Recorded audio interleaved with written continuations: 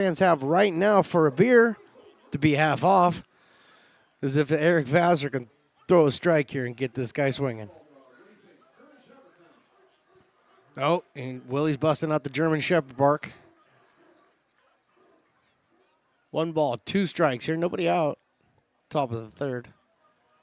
Swinging, strike 3. And I know what that means. Who let the dogs out? That's right. Who let the dogs out? Well, Trevor Smith let the dogs out. Half off beer for the rest of this inning. Wait, the rest of the ball game. Forget it. Okay, it used to be just a half inning. Now it's the whole ball game. Everybody's excited. Beer sales are going to go through the roof now. And the line is already starting. Eric Vassar facing Chris Ortiz, who struck out in the first. I cannot believe he just said the whole rest of the game. Half off beers. I mean, can we afford this? Can we afford it, though? That's my fear. They're going to cut me because they can't afford it because they ran through all the half-price beer.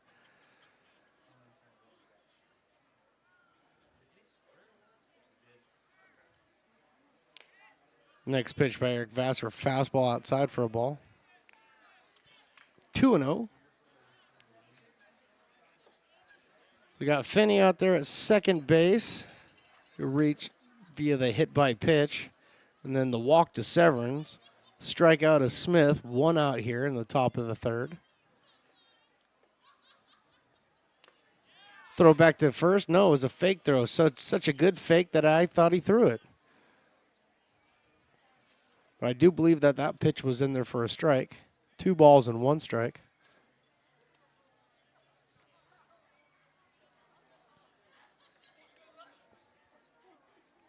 Eric Vassar staring in.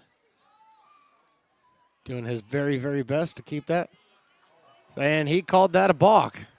Looked like a disengagement from up here, but you can't argue it. That's a balk, so that allows Finney to go down to third base. Ryan Severance come over to second base on the balk. You can come out and talk about it, but there's really nothing to argue there. He called the balk. It is a balk.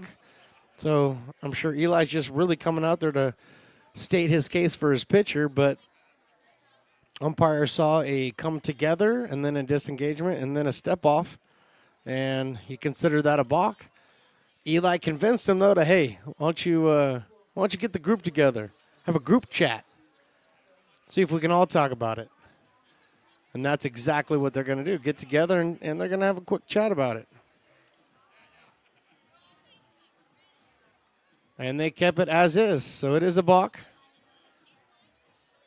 Runners now on third and second with 1 down. 2-1, the count still to Chris Ortiz.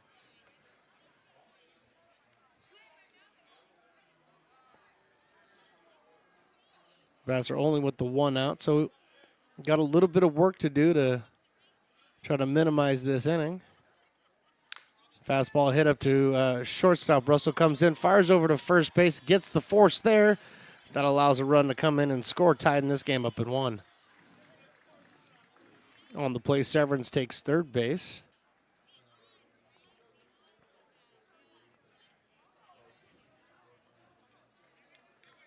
So the 6-3 put out gives the Potters 2 outs now, but they give up a run.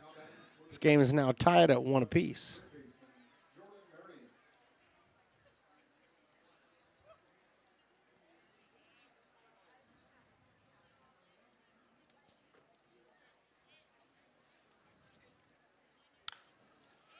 First pitch fouled off to the left, out of play. The great crowd on the berm tonight. Bunch of lawn chairs out there. Some look like some picnic blankets out there. Okay, get off the fence. I know it was a foul ball, but you don't need it that bad. Next pitch in there for a strike. 0-2 quickly on Jordan Marion. Struck out in his first at-bat.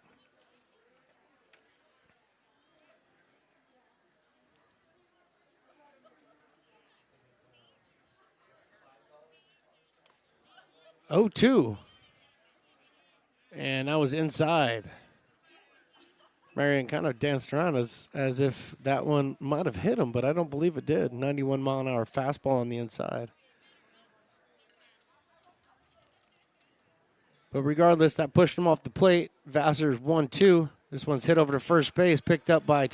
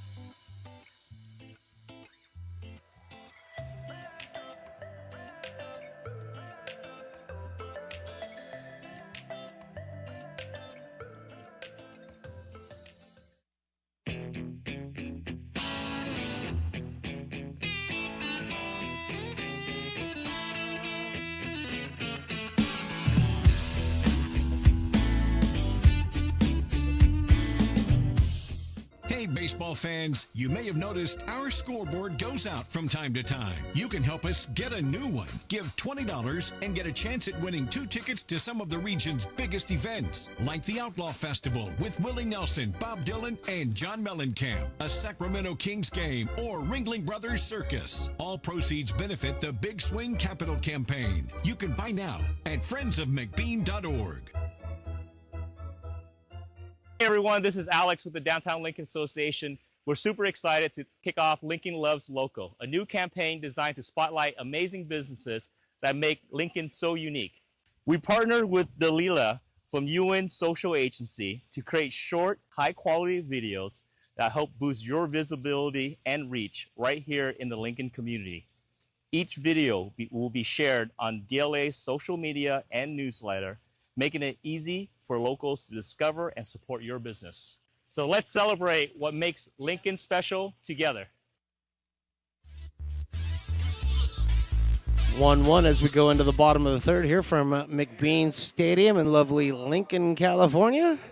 Stones McCoy here bringing you all the action.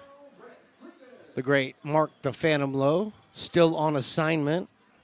Mandatory SBN assignment that I sent him on, so I could get myself some more airtime. First pitch by Souza in there to Brett Griffith for a swinging strike one.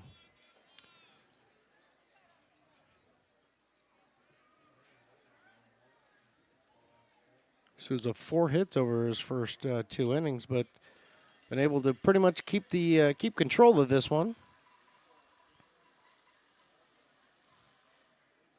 Recorded a couple of strikeouts in the second.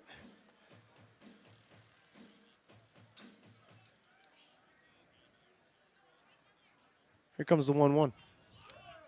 Shows bunt, pulls it back, takes it for a strike, does Brett. So quickly in the hole, 1-2. Thought this was supposed to be Harry Potter night. I don't see any of the Potters out there. I mean, I see the Lincoln Potters. I don't see the Harry Potters out there. Where'd they all go? See ya, strike 3. Brett didn't agree with that one on the outside part of the plate, but umpire said it was a strike. Third strikeout of the evening for Souza. That's going to bring up the hottest player on the Potters right now, Brian Williams Jr. Player of the game, the Raising Cane's player of the game last night was Brian Williams. And he started off just as hard as he finished last night, doubled in the first. Takes the first pitch in there for a strike. 84 miles an hour. Noah Souza wearing the number 43 for the Rogues. Pitching out of the windup. That one's taken outside and low. I mean, I see a lot of people with, Harry Potter kind of shirts on. I guess, you're either a Ravenclaw or something or a Hufflepuff or something. I'm not sure. Ground over to third base. Marion picks it up, fires over to first, scoop out of the dirt with does Bardo to record the second out of the inning. So, yeah, I guess, correct me if I'm wrong, but the Harry Potter stuff, you're either in one of 4 classes or houses. Houses, sorry. So it's not class warfare we're talking about. House warfare. Okay, got it. All right, do you know what house you'd be in? You have. What about you? Any idea? You're a Gryffindor? Is that a good or a bad thing? It's a good thing. All right. So I got a good Gryffindor and an undecided. Maybe you're in the portal or something. What are you, Willie?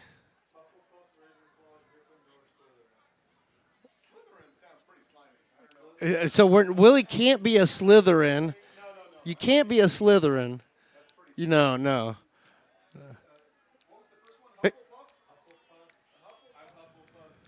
Hufflepuff. Yeah, you got to be Hufflepuff. I think Hufflepuff is the cool one. That's what it sounds like. Fly ball by Ty McGraw into foul territory and does get out of play over the Rogues dugout. Hufflepuff reminds me of like Hufflepuff the Magic Dragon, Live by the Sea. Remember? Willie's just huffing and puffing going up the bleachers. I get it. You're funny. You got jokes. Ty McGraw behind 1-2. So Slytherin, Hufflepuff, Ravenclaw, and Gryffindor. Yeah, Ravenclaw does sound pretty cool. 1-2 pitch taken inside. 2-2. Yeah, I think I want to be a Ravenclaw. I think that's a cool one. I like that. I like the way it sounds. Willie and I are Ravenclaw, so we're gonna take that house and we're gonna make it a party house, like you used to do in college. 2-2. Big chopper up the middle. Coming in is Severance. He picks it up, waits for the bounce to come down, and gets it over to first.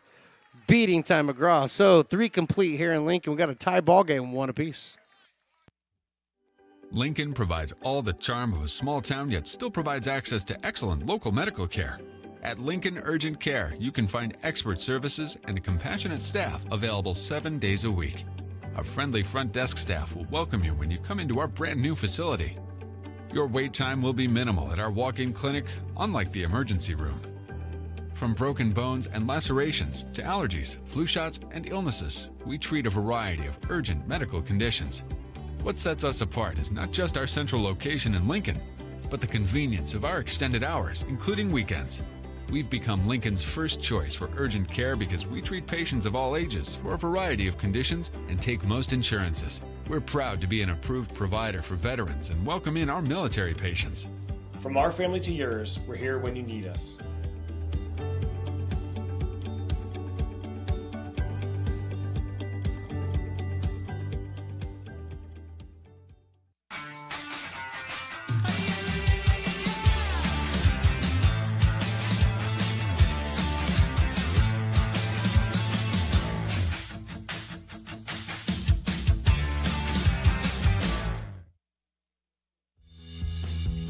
If you're in need of a seasoned DUI attorney, contact the law office of Samuel D. Burns Incorporated. We are familiar with the laws surrounding your case, and we will work diligently to minimize the negative impact following a DUI charge.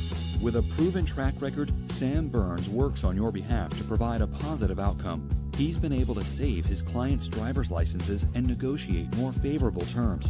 Visit our website.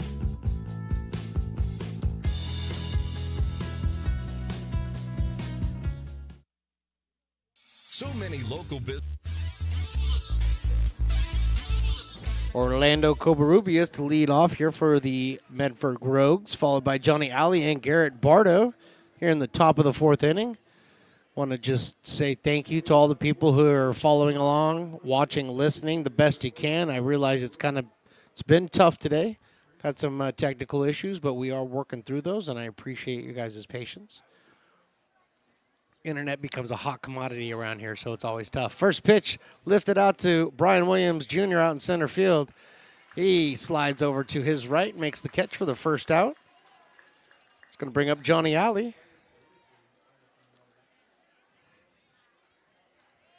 Alley struck out in the 2nd inning.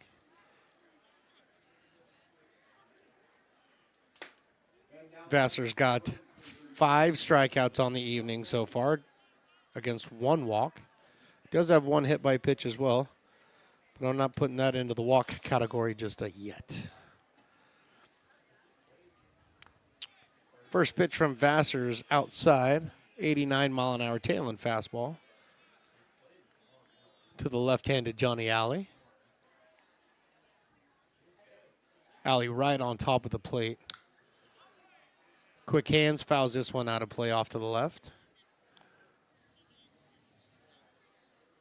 1-1. Sun just barely hitting the hitter's backdrop right now, the batter's eye, if you will. There's a little shot out in the left field that gets right past Russell and into left field for a base hit. Ethan Lee out up with that. Getting that back in.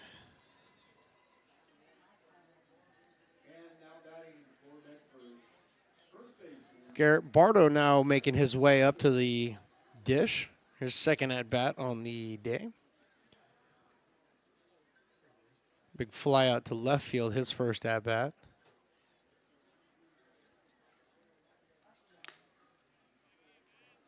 Pitch taken outside for a ball. That was the first hit given up by Eric Vassar.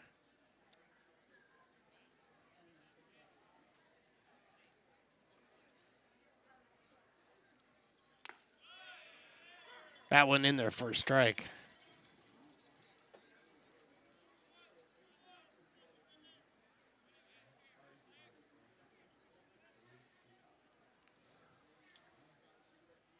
.50-50 raffle walking around, looking for money. There's a shot out into right field, right at Cole Eaton. Makes about 4 steps to his right for the out. 2 down here. Johnny Alley retreating back to first base. Kyle Norton stepping up to the dish. One of the strikeout victims of Eric Vassar's through the first 3. Another left-handed batter.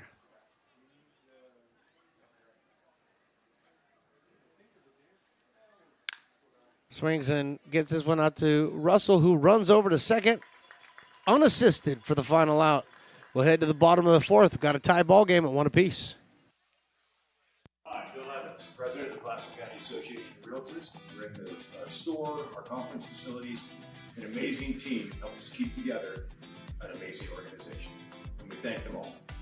This organization can't do what it does and can't run the way it runs without the help of so many members volunteering their time. The success of the Placer County Association of Realtors is largely dependent on our active volunteer members to help our organization and industry. The work of our committees greatly impacts our ability to champion efforts across the board and giving back to the Placer County community wherever we can. Like all service organizations, I wanted to serve. And getting... No. We're going to watch this live, and we're going to watch it together. I want this on the big screen. This is the Armored Combat League. I'd give you play-by-play, but I don't know what they did in the 1300s or whatever. But they hit each other with swords right in the face. Look at these two. Yellow 69? They give him numbers when they were back then? He's wearing the number 69. He's got his own jersey. They did not have jerseys in the 1500s, did they? Oh, okay, my bad. It's okay, all right. Well, regardless, I think the yellow guy's losing, okay? And he just upset the guy with the black stuff on, and I think they're starting to talk a little smack. And Yeah, look, he quit, man. He's like, no way, dude, I'm not doing this anymore. You guys are mean, and I think you almost cut my head off. Yeah, that's it, man. What a fun time, though. I love watching these guys smash each other. Smash each other with swords, and they had the battle axe out earlier. I wonder what they're going to bring. I think they have one more appearance tonight. That was it? That's the last appearance? Oh, man. They got one more? They got one more. See, I knew it because they knew that that's what I like the best. Armor Combat League at its finest. What does his jersey say? I can't read it from here. Whatever. It still was the number 69 on the back. He's like he's an offensive lineman for the Steelers or something. That's very interesting. Anyway, we'll be back to action here in just a couple of minutes. Noah Souza on the mound warming up. These two pitchers have really kept their bullpens at bay tonight. There were several pitchers used last night for both teams. Looking over what the Potters ended up using. 1, 2, 3, 4, 5, 6 pitchers in last night's game. Rogues only used 3 pitchers. But so far, Souza and Vassar have been able to do all of the work themselves. And that's important to kind of, you got a 3-game series, you got to stretch this out. I know both teams have a lot of pitchers, but it's always nice to stretch it out a little bit. Give your bullpen a bit of a breather. And that's exactly what they've done. First pitch in there to Jason Hansen for a strike. 76 mile an hour. Change up maybe.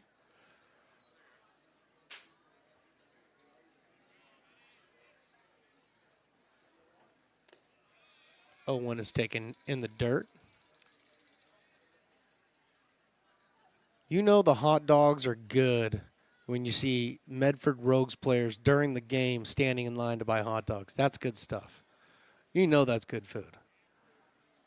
Hopefully I didn't get him in trouble by saying that. Now the general manager knows that they're not in the dugout and they're actually buying food. That's not the intention here.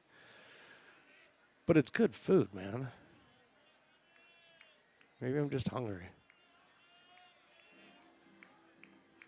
Foul ball off, or ball gets away down at the plate. Third base coach comes in and picks it up. Souza's ready from the windup. Right at the bottom of the zone for a strike, evening up the count at 2 apiece.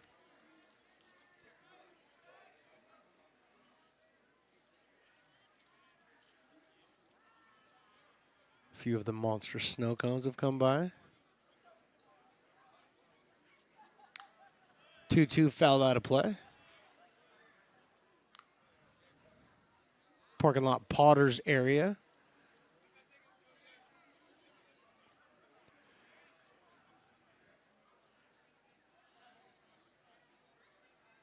Two balls, 2 strikes, nobody out here. Bottom of the 4th inning. Good stop by Ortiz. Runs his count full.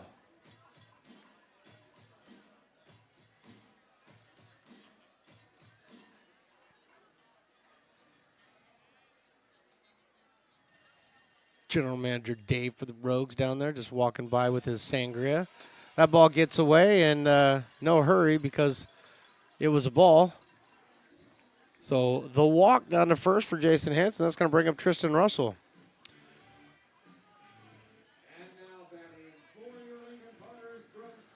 Tristan singled and scored with a stolen base in the 2nd inning. So he's already improving in on that .329 average.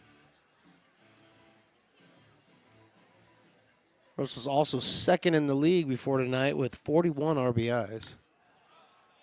And there was an RBI swing, but that one's foul.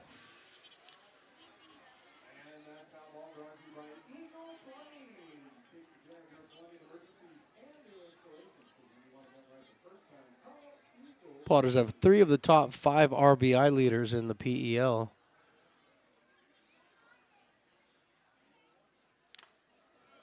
There's a foul ball, and that one fouled off the mask of Ortiz. Took that one like a champ. Still hasn't even gotten up off of one knee because it didn't even bother him. Now the umpire's giving him a little bit of time. Pats him on the back. The fraternity of the mask. It holds true.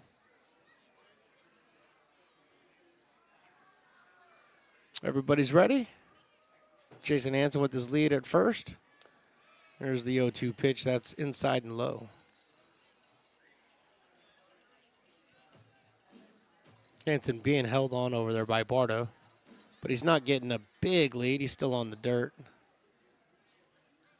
Maybe 3 steps off at the moment, maybe 4. Looking over there, Souza, but he delivers. This one's hit right up the middle, picked up by Severance, taken to the back for 1 on the first 2. Double play. So there's the 6-3 double play.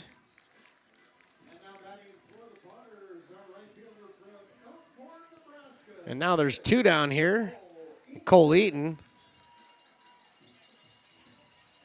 singled in the second.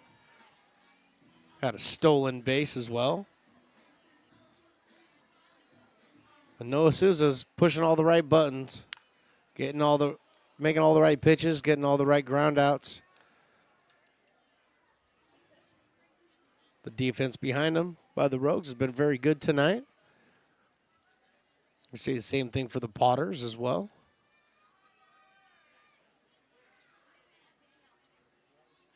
Here comes Souza's 0-1. That's high. Bless you, Engineer Riley. Or Riley the Engineer. I got yelled. Can you believe this? Somebody got mad at me on the stream the other day and said it's not Engineer Riley, it's Riley the Engineer. Okay, but I brought... Never mind, we're not going to go there. 1-1, inside ball 2. I gave you the name. I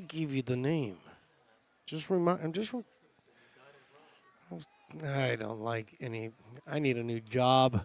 2 balls, 1 strike.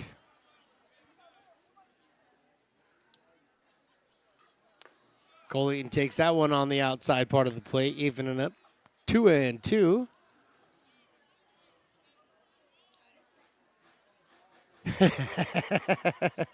You are correct. It was Jedi that brought it up. Man. It's all right. I forgot my own son's birthday.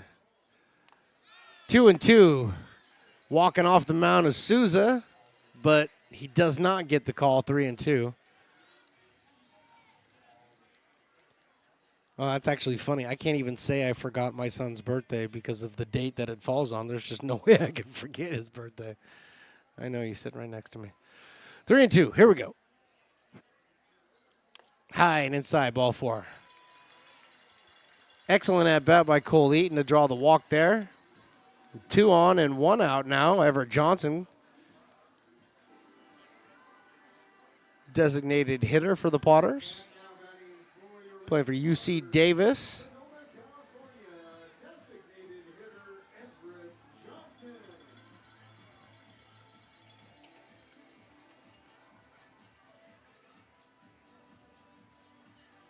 Two for 4 last night. That's why the average has gone up.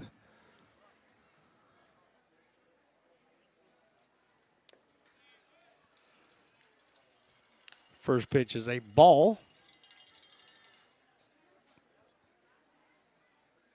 Ryan Villanueva on deck. Still got the shin guards on just in case. Cole Eaton with a growing lead over at first base. Curveball in there for a strike.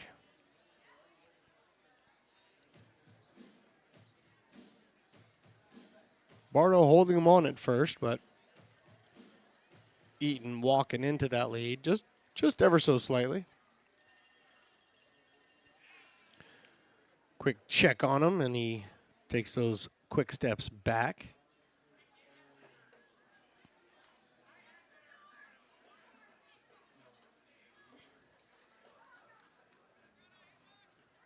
One. Eaton's definitely got the attention of Souza, and that results with a shot into right center field for Everett Johnson. That gets down for a hit. Firing all the way to third, but not until Cole Eaton makes it all the way to third. So 2-out single by Everett Johnson. Runners on first and third now. Ryan Villanueva will be making his way up to the plate. Cal State Fullerton guy. Wearing the number 8.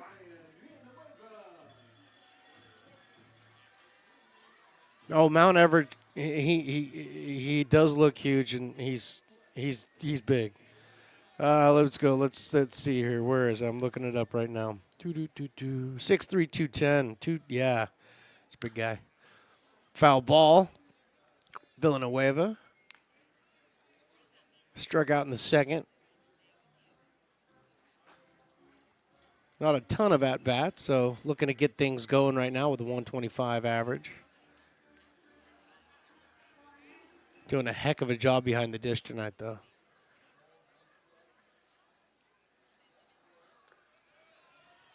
As is Ortiz for the Rogues, who blocks that one. There's not a lot of room behind home plate, so if you let a ball trickle away from you as a catcher, there's a good chance that that runner for third will score, just because it's not an easy area to patrol.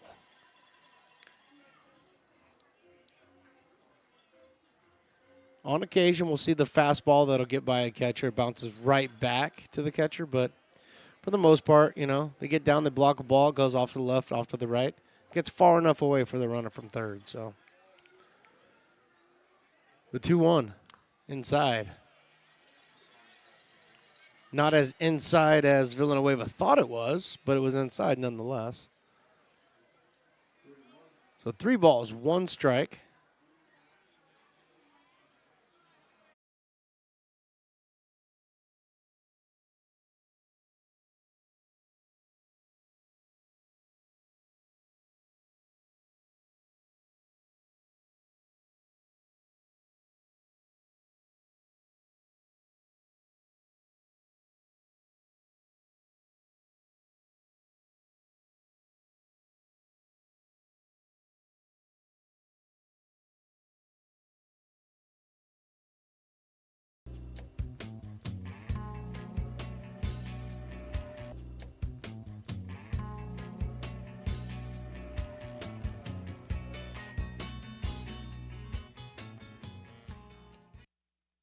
Potters fans, want to keep restoring and renovating historic McBean Stadium? Now you can become a member of Friends of McBean. Annual membership start at $50. Become a member now at friendsofmcbean.org.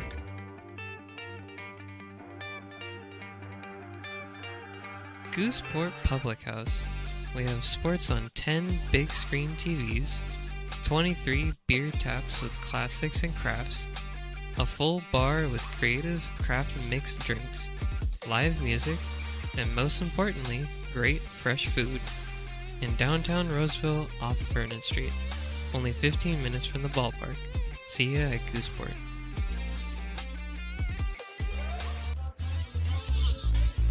Back here for the top of the 5th inning. Potters and, I almost said Mudcats. Potters and Rogues in a 1-1 tie here. Game 2 of a 3-game set with the Rogues here at McBean Stadium. Potters took the first game last night.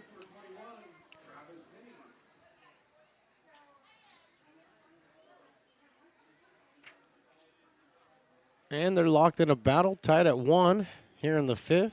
Eric Vassar out for his 5th inning of work. And the first pitch he throws hits my microphone. Our microphone, sorry. Fouled off for a strike. Travis Finney, South Dakota State. Second baseman for the Rogues tonight. Hit by a pitch in the 3rd. Came around and scored. This 0-1 pitch is lifted into center field. Brian Williams, he saw it. Looks like he may have got a late break, but I don't think so. I think the ball was hit right to him, and he didn't have to move. So the fly out to center field for the first out of the inning. That's going to bring up Ryan Severance, who made the wonderful play to end the bottom of the 4th.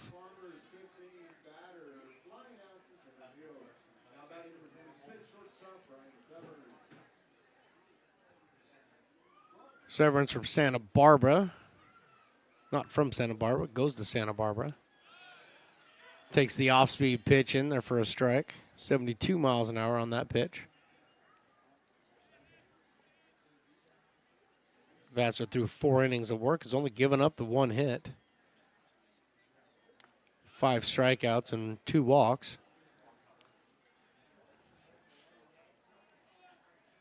And that's why he's tied for first in the league with wins with 5. And he's third in the league in strikeouts with 36. And this one is hit right over Jason Hansen's head. Hansen was only a little bit taller.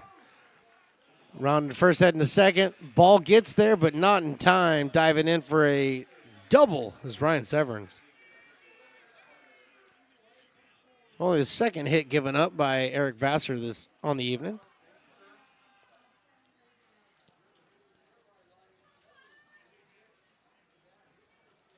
All the sangria flowing now. 4 or 5 people down there with some sangria.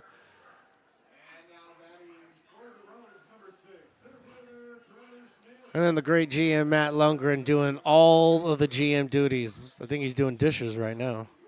But he's on it. He does it all.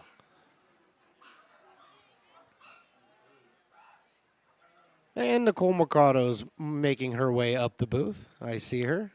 Nicole doesn't see me, but I see her. First pitch is taken for a ball.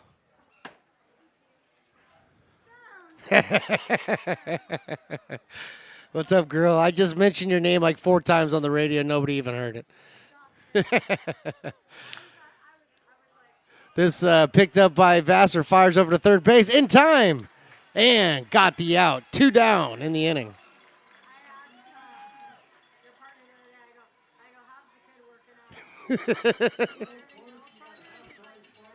I think he'll do it a pinch. Nice to see you. We love our families out here in Lincoln, man. I'm never out here, so I guess it is nice to see me. That's cool. I feel good. So 2 down here in the top of the 5th inning. That's going to bring up Chris Ortiz. Well, fielder's choice by Trevor Smith. Gets him over at first, but cut down at third is Severance. And here's another shot over to Jason Hansen. He fields it on a single bounce, fires a 1-hop strike to McGraw, and the Potters get out of this one clean. 4.5 complete here in Lincoln. We have a 1-1 ball game. Buy a personalized brick for you, your loved ones, or your business, and show everyone your commitment to Lincoln baseball. Framed and engraved by our own Lincoln High Ag program students, your brick will be featured on unique movable brick walls. Find your name in the stadium entrance for the 2024 and 2025 seasons. Then visit your brick in its permanent home inside the stadium. Bricks can be purchased here for $250. Get it now at friendsofmcbean.org. I'm Bill Spear, North Valley president of Five Star Bank. In a time when business can feel so uncertain, we're here for you every step of the way. I know they have a lot of bells and whistles within their bank, but just the relationship piece here locally on the business side is huge for us. Five Star treats us like we're number one. They're right there with suggestions, with help. So I have to bank with people that have our mission in mind. We're Five Star Bank. How can we help you? Astro Air Design Incorporated, where you feel the difference. We are a locally owned and operated heating, air conditioning, and custom sheet metal company committed to the highest quality of craftsmanship at a competitive price. Our trained and certified technicians have the knowledge and experience required to install, maintain, or repair your home comfort solutions. Our upfront pricing gives you the peace of mind because you know your price is locked in. Call Astro Air Design Incorporated today. Here in Michigan, we do more than just survive the winter. We thrive during it. You simply can't keep us away from what we love most: great times and amazing beer. The snow transforms the landscape and lays the path for adventures yet to be had. Trails ready to be explored, and freshly groomed hills ready for the first run of the day. And later, as the sun descends, it's time to unwind with great conversation and even better friends. Experience a taste of Michigan winter with Founders Brewing Company, born and brewed in Michigan. Ethan Lee out to lead off the bottom of the 5th here for the Potters, and the Combat League just did their last go-around. I hope you were able to catch that on the video. And I only have one question. What is the girl doing with the big stick? What is that? I just need an answer. That's the only question I have on the whole thing. Is what is the girl down there with the big stick? If somebody could tell me, that'd be awesome. And no, I won't be looking online for answers. Ethan Liao leading it off for the Potters. He takes 2 balls down low in a row. Ahead 2-0. Noah Souza back out there. Souza's only given up 5 hits on the evening in the 1 run. And Ethan Liao just puts a charge into one deep to left field. That baby is out of here. Ethan Liao, a big-time home run to left field. And that gives the Potters a 2-1 lead.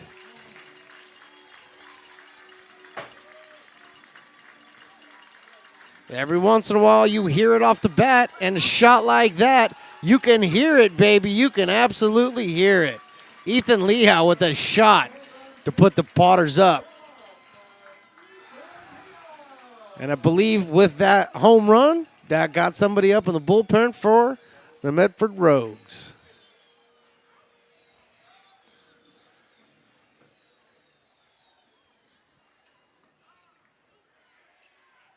Brett Griffiths now steps in there, swings at the first pitch he sees.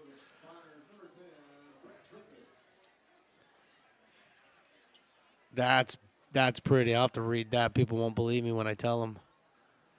Here comes the 0-1 outside for a ball, 1-1. So Ethan Liao's home run, 98-mile-an-hour exit velo, which is impressive in its own right. 27.5-degree launch angle. That's the launch angle you're looking for to get one out of here. 377 feet. I'm actually really impressed by that. 377 off the bat at 98. That's really impressive for Ethan Liao. Way to go, buddy. Congratulations on that home run, and Potters appreciate it because you put them up 2-1.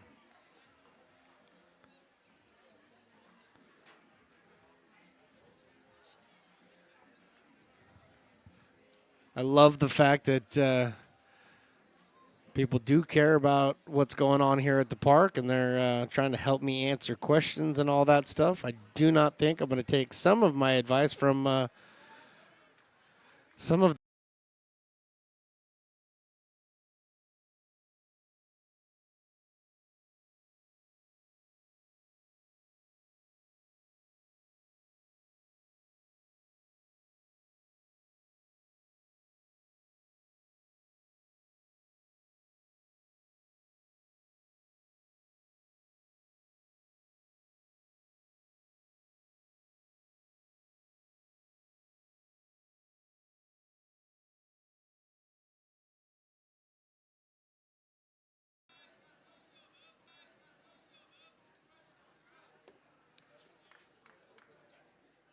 Noah Souza. 1 down here in the 5th. Trying to keep it a 1-run deficit. Breaking ball, not breaking all the way into the zone, so that stays up there. 1 ball and 2 strikes.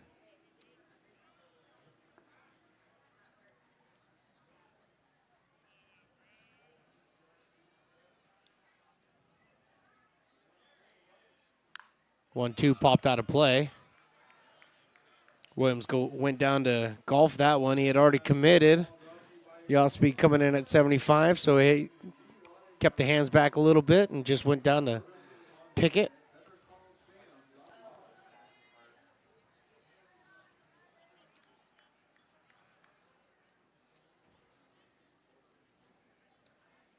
One ball and 2 strikes. In the dirt, 2-2.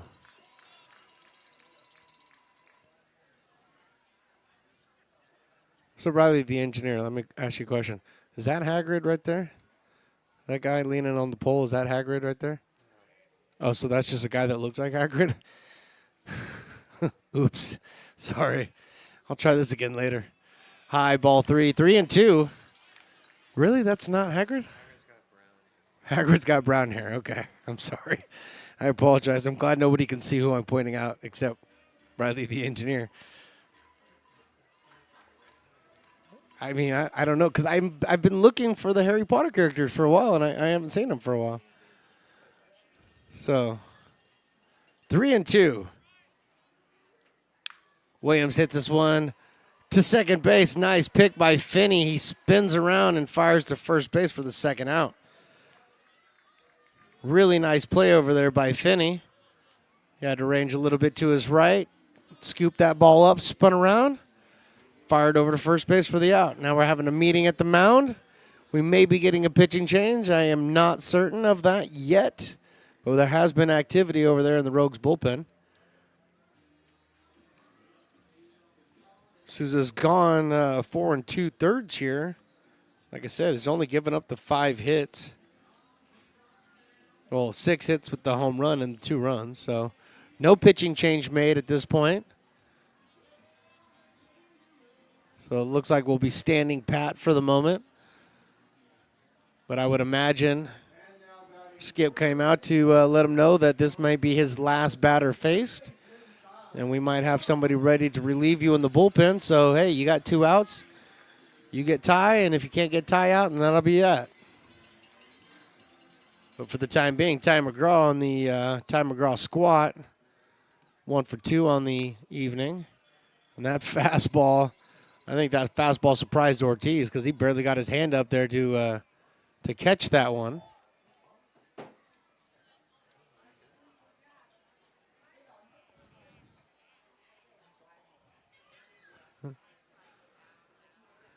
One 1-0 on the great Ty.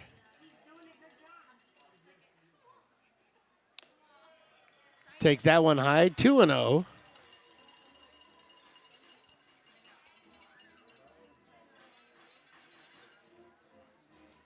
.371 on the season so far.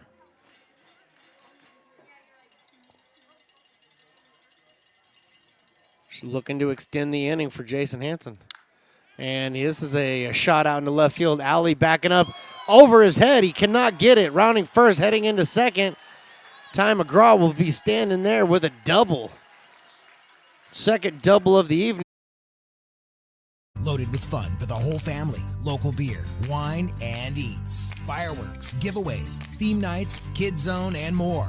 Come join in the fun and enjoy small town baseball with Major League Entertainment. Tickets on sale now at LincolnPotters.com. Lincoln Potters Baseball. Come on out and join in the fun.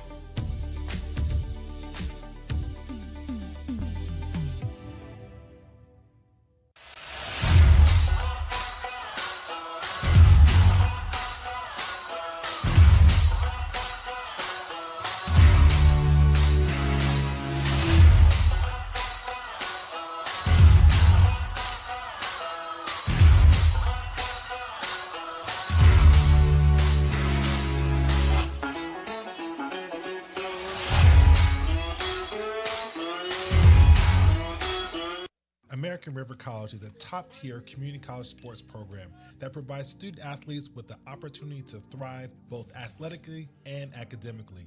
ARC Athletics is currently ranked 5th in the state and 2nd in Northern California. With over 19 sports programs, our athletes compete with the region's best athletes. Our diverse and dedicated coaching staff helps athletes develop the skills necessary to compete at the next level. Start your community college athletics journey with us. American River College, Sacramento's best athletic program. Go Beavers. Back with the new pitcher on the mound, Dylan Finelli, number 39 for the Medford Rogues. This will be Finelli's 4th game on the season. Started 3 of them. 13 1/3 innings on the season, 18 hits, 17 runs, 14 of those earned. 6 walks versus 5 strikeouts. So good opportunity for the Potters to try to extend this right here. Put a couple more runs on the board. First pitch is outside and low. Off speed, 72-mile-an-hour pitch.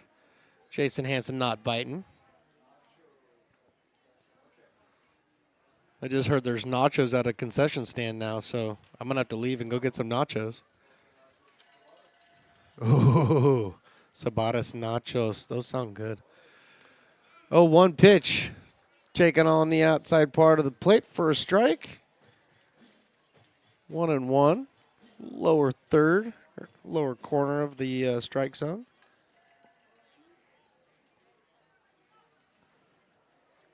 Here comes the 1-1. Ty McGraw at second base. Souza's still responsible for him. 75-mile-an-hour pitch is taken low for a ball.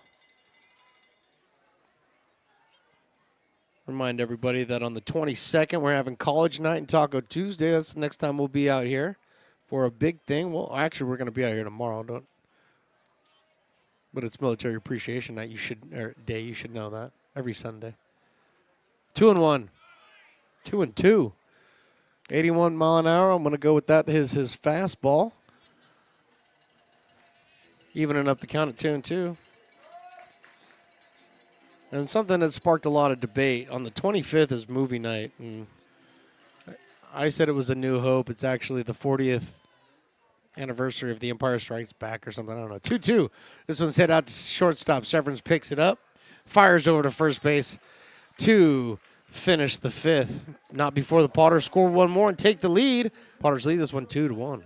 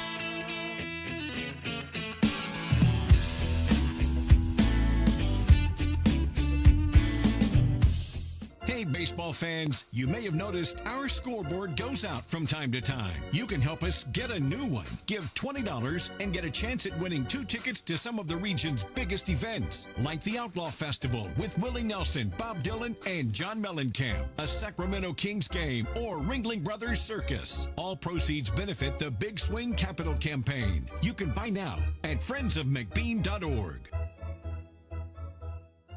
Hey everyone, this is Alex with the Downtown Lincoln Association. We're super excited to kick off Lincoln Loves Local, a new campaign designed to spotlight amazing businesses that make Lincoln so unique.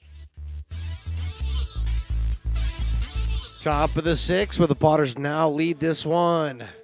That's right, you heard me right. The Potters now lead this one 2-1. Big home run by Ethan Lau in the bottom of the 5th inning. Huge solo shot, went 377 feet over the left field wall to give the Potters the lead, and that's going to give Eric Vassar the opportunity to come back out to throw his 76th pitch of the evening.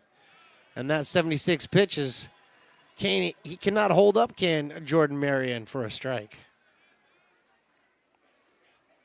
Jordan Marion, Wichita State, the Shockers. Yeah, the Shockers, guys. It's one of my favorite teams, man. 1-1 the count. What a shocker. I like the Shockers. That's right.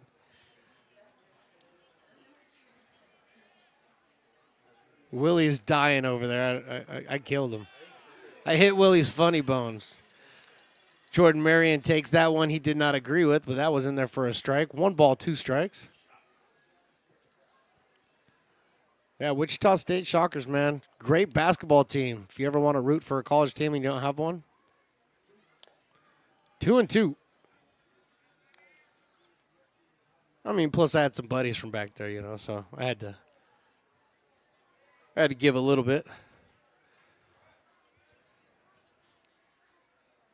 I mean, I'm a Sac State guy. Hornets up.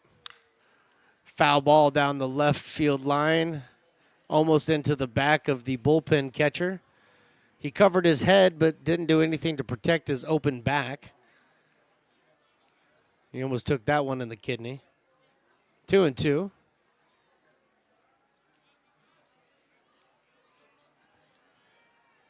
Vassar kicks and delivers.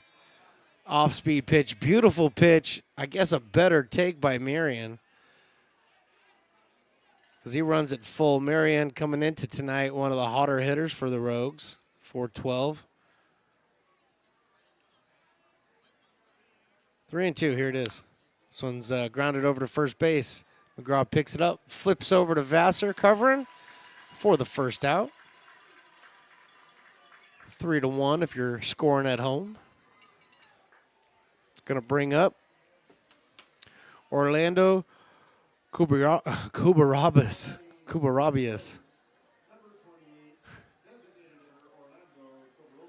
Kobarobias. I had pretty much nailed it all night until just now. Kobarobias. I knew that. Kobarubias. It's a great name. I dig it. I just can't say it. But Kobarubias takes that one in there for a strike. 90-mile-an-hour fastball. Yeah, the Wichita State Shockers. Yeah, it's a bunch of wheat, and when you touch it, you get shocked by how good it is. That's pretty much the way that works. Yeah, I love that. Those are my guys right there. Wichita State. Let's go.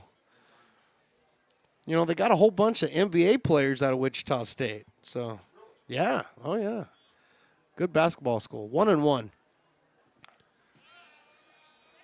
2-1. I mean, it's probably something we could talk about on the 25th or whatever when it's college night. Probably shouldn't have brought it up tonight. No, 22nd is college night, but maybe I'll wear in my Shockers shirt that night. I know I got a Shockers shirt. I'll wear the Shockers shirt. Did he check his swing? No, he did not check it down with a third base umpire. 2-2.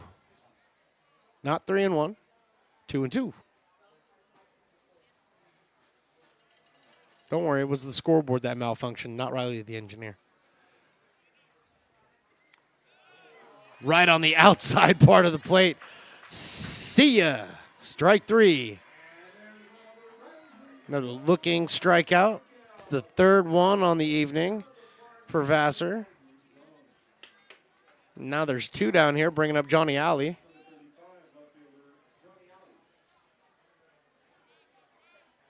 Johnny Alley's got a really great baseball name. He plays in the outfield, so he's always covering the alleys. He's got a great baseball name. I dig it. Johnny Alley. Alley singled in the 4th. He's the lefty who's right on top of the plate. Vassar kicks and deals. He fouls this one off to the left.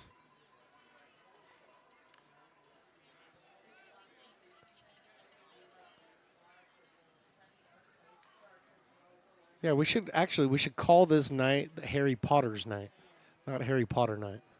I agree with you, Scott. I dig that. It's no longer going to be Harry Potter night in the park. It's going to be Harry Potter's night in the park, because we got a whole bunch of Potters here. 2-1. Taking on the corner for a strike. 2-2. Rogues players have definitely not agreed with that outside corner, especially the lefties. But Vassar hitting it consistently. 2-2. Tries to do it again with the fastball. 91. Fouled out of play. Right idea.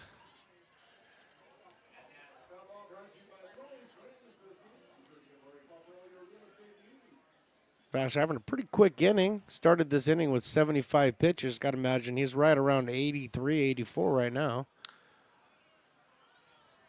So he might have enough in him for one more if he can get out of this one right here against Johnny Alley.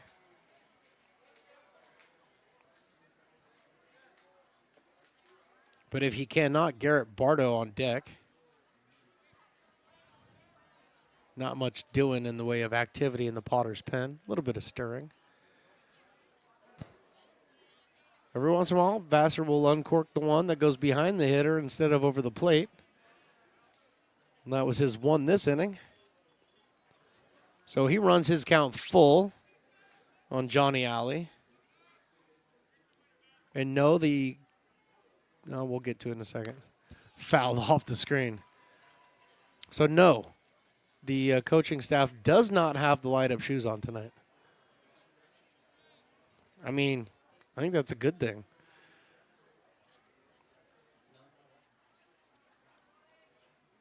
But they might have Heelys. We don't know that. 3-2. Again, fouled off towards the Rogues bullpen, actually up onto the berm. And it hit the berm 2-3 times, bounces over the berm, and now there's a mad dash for a bunch of kids over there to get that ball.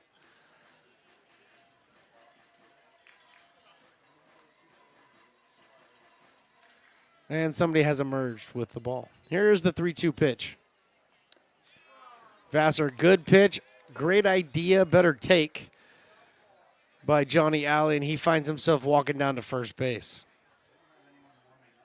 Only the third walk issued tonight so far by Eric Vassar.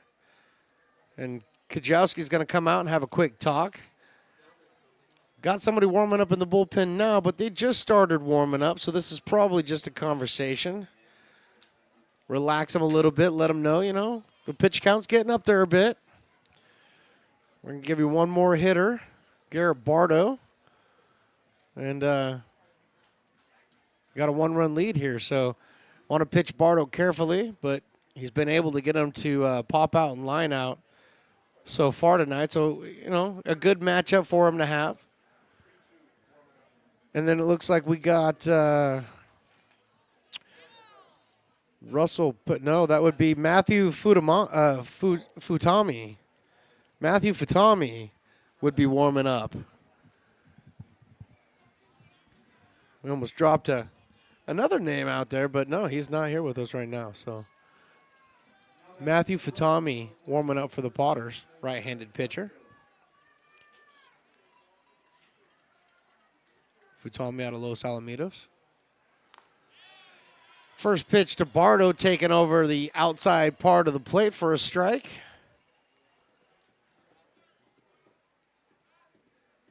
Alley with his lead over at first being held on by McGraw.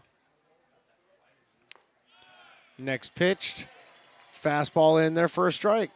Quickly, 0-2.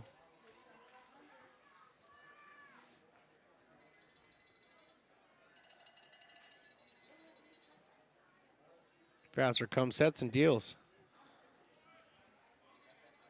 Little tailing fastball off the outside part of the plate. Does not get Bardo to chase on that one.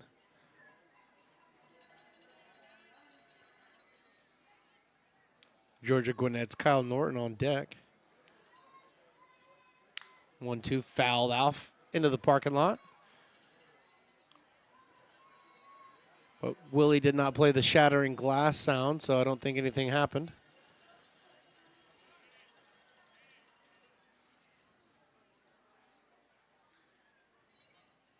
One-two, here it is. Foul ball right back to the backstop. Bobby, are you watching?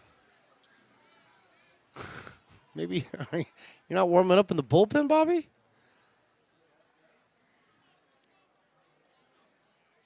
Let me see if I can get an accurate pitch count as of right now.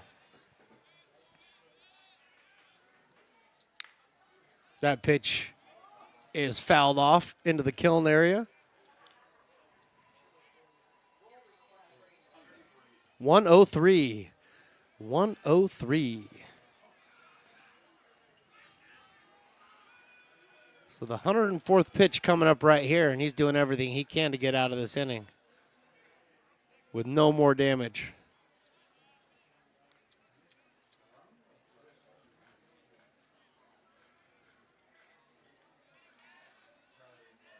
One ball, two strikes, two down here. Alley with his lead over at first. You know he'll be on the move. Vassar thinking the same thing, so quick check on the runner. Defensive, Bobby's dad. Oh, gotcha. Thank you, Pop. I appreciate it. Another foul off to the left side. I say, Bobby, isn't he supposed to be in the bullpen right now? You shouldn't be watching. Is that legal? This is the whole like the Apple Watch gate in Boston a few years ago or something like that, right? Thank you, Mr. Remedy, and to all the Remedies out there, thank you guys for everything that you do for us. So pop up in the infield. Camping underneath that one is Hanson. 2-1 catch.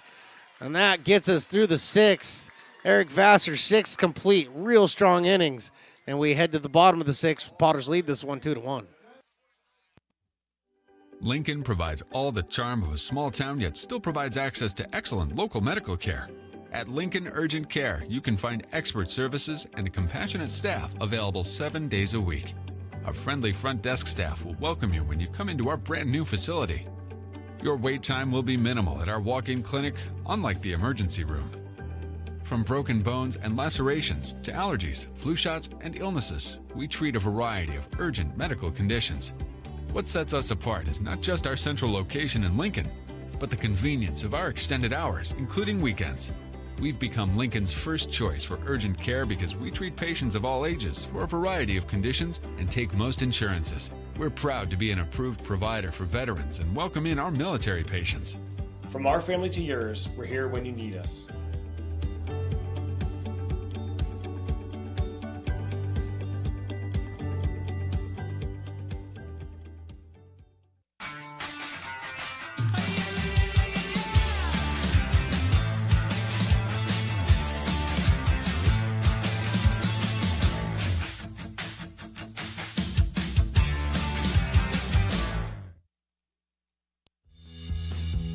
If you're in need of a seasoned DUI attorney, contact the law office of Samuel D. Burns Incorporated. We are familiar with the laws surrounding your case, and we will work diligently to minimize the negative impact following a DUI charge. With a proven track record, Sam Burns works on your behalf to provide a positive outcome. He's been able to save his clients' driver's licenses and negotiate more favorable terms. Visit our website.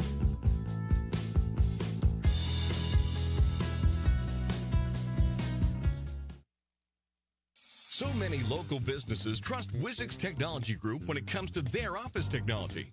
Wizix is a full-service, locally owned company with exceptional service, supplies, and support, which guarantees quick delivery and response times. Copiers, printers, scanners, business phone systems, EV charging, document management, and more. Join the ever-growing list of local businesses and win with Wizix, the largest independent provider in the Valley. Wizix, office technology made easy.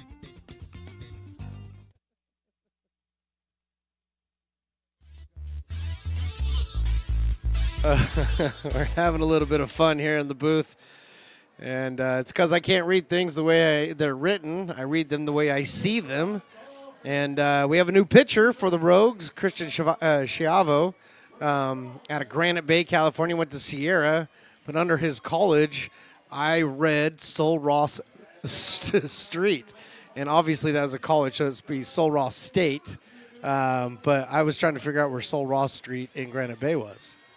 And I have no idea. So maybe it does exist, maybe it doesn't, but we'll figure that out. Schiavo in, on up is Tristan Russell. He takes the first pitch off the plate somewhere for a ball. Tristan 1 for 2 on the evening. Single, stole a base, and came around to score in the second. Grounded into the double play in the fourth, so look to improve on that average right now. Tristan Russell batting .329 on the season. With 366 in league play, would rank him 6th in the league lead for average. I may have mentioned this already, but also 2nd in the league with 41 RBIs. 2-0 pitch is over the outside line of the batter's box. Called the strike either way.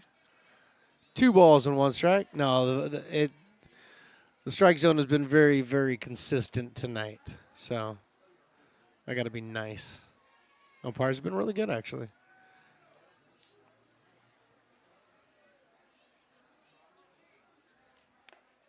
There's a big swing and miss. Looking like he was trying for a bases clearing home run there, even though there's nobody on base. But he does even up the count at 2-2.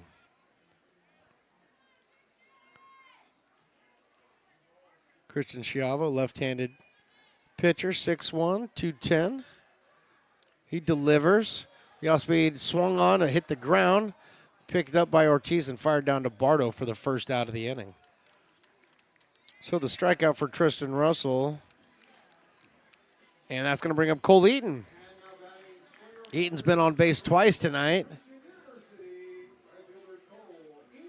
Had the single in the 2nd inning. Walked in the 4th. Eaton's ended up on 3rd base both times. None of his partners out there have brought him in yet, so he's feeling a little slighted. Timeout because we got a ball out on the field coming out of the Potters bullpen, so shame, shame, shame on you guys. I can't tell who's warming up. It would be awesome if it was Remedi right now because his family's listening and I could make some fun, but it's not. Bobby's awesome, though. I love Bobby. First pitch is in there for a strike. Oh, there's some of the Fat Cat kettle corn coming through. I had some of Willie's earlier. Really, really good stuff that Bill over at Fat Cat does.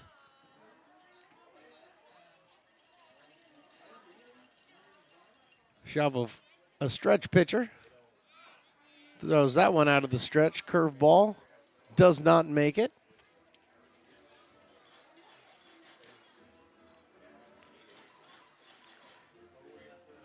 Starting to have a conglomeration of 10 to 12-year-olds behind the plate here.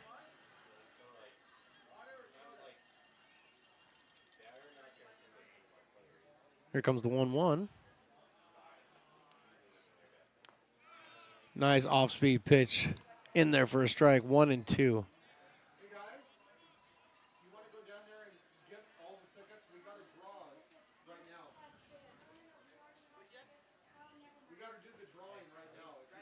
One ball and 2 strikes.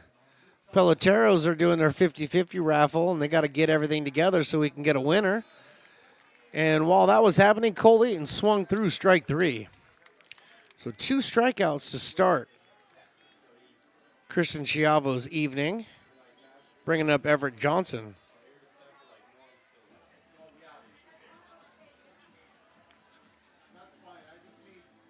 So starting pitcher for the Rogues tonight, Noah Souza, went 4 2/3. Gave up 7 hits, but only 2 runs on those 7 hits, 2 walks and 2 strikeouts.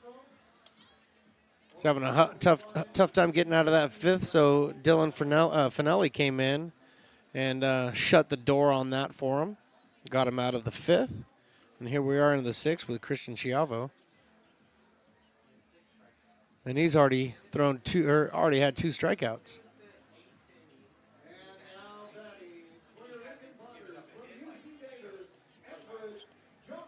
Number 35, the big right-hander, the Mount Everett Johnson,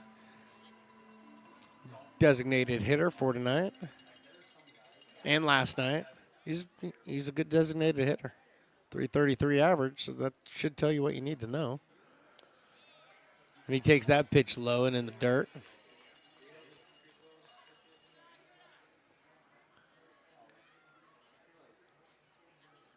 Schiavo's trying to hold this at a 1-run disadvantage for the Rogues.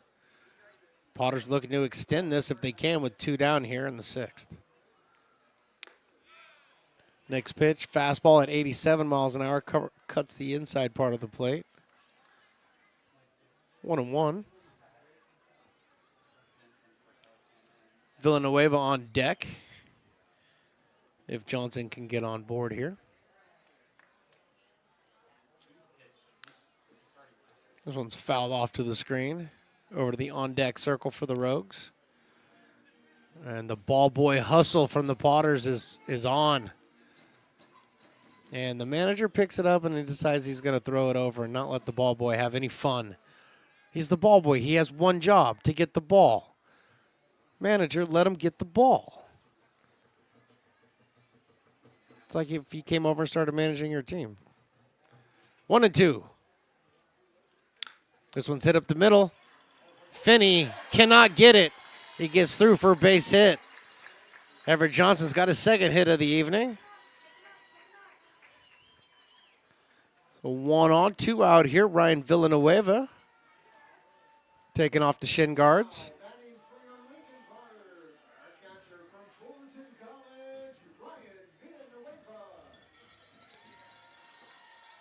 Fullerton College, just like the guy running the show over there for the Potters. Garcia, Eli.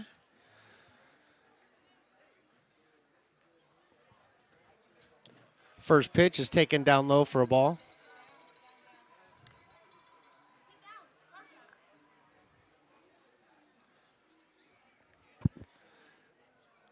It gets exciting around here, and I never want to say anything to anybody, but we had a few people here, and I wanted to invite them on the broadcast, but I can't see the game either. So, want to know, here's that pitch. There's a pop fly into left field. Left fielder falls down. He's got to come running in. Good thing nobody needs him. The shortstop Severance is there, and he's able to make the catch. So, Potters are retired in order, not in order, with one hit in this inning, but they do have the lead. We'll be back for the 7th. Potters lead this one, 2-1.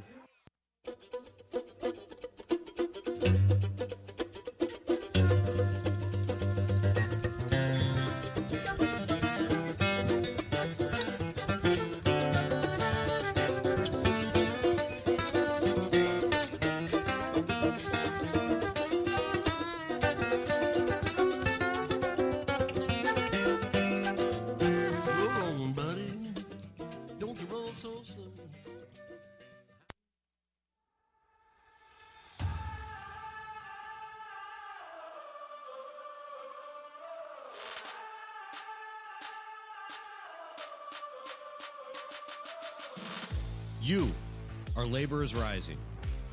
And now you understand where we came from, what solidarity means, and what we have ahead of us. No one's going to defend us but us. No one's going to help construction workers except us. And I can't wait to see you out there.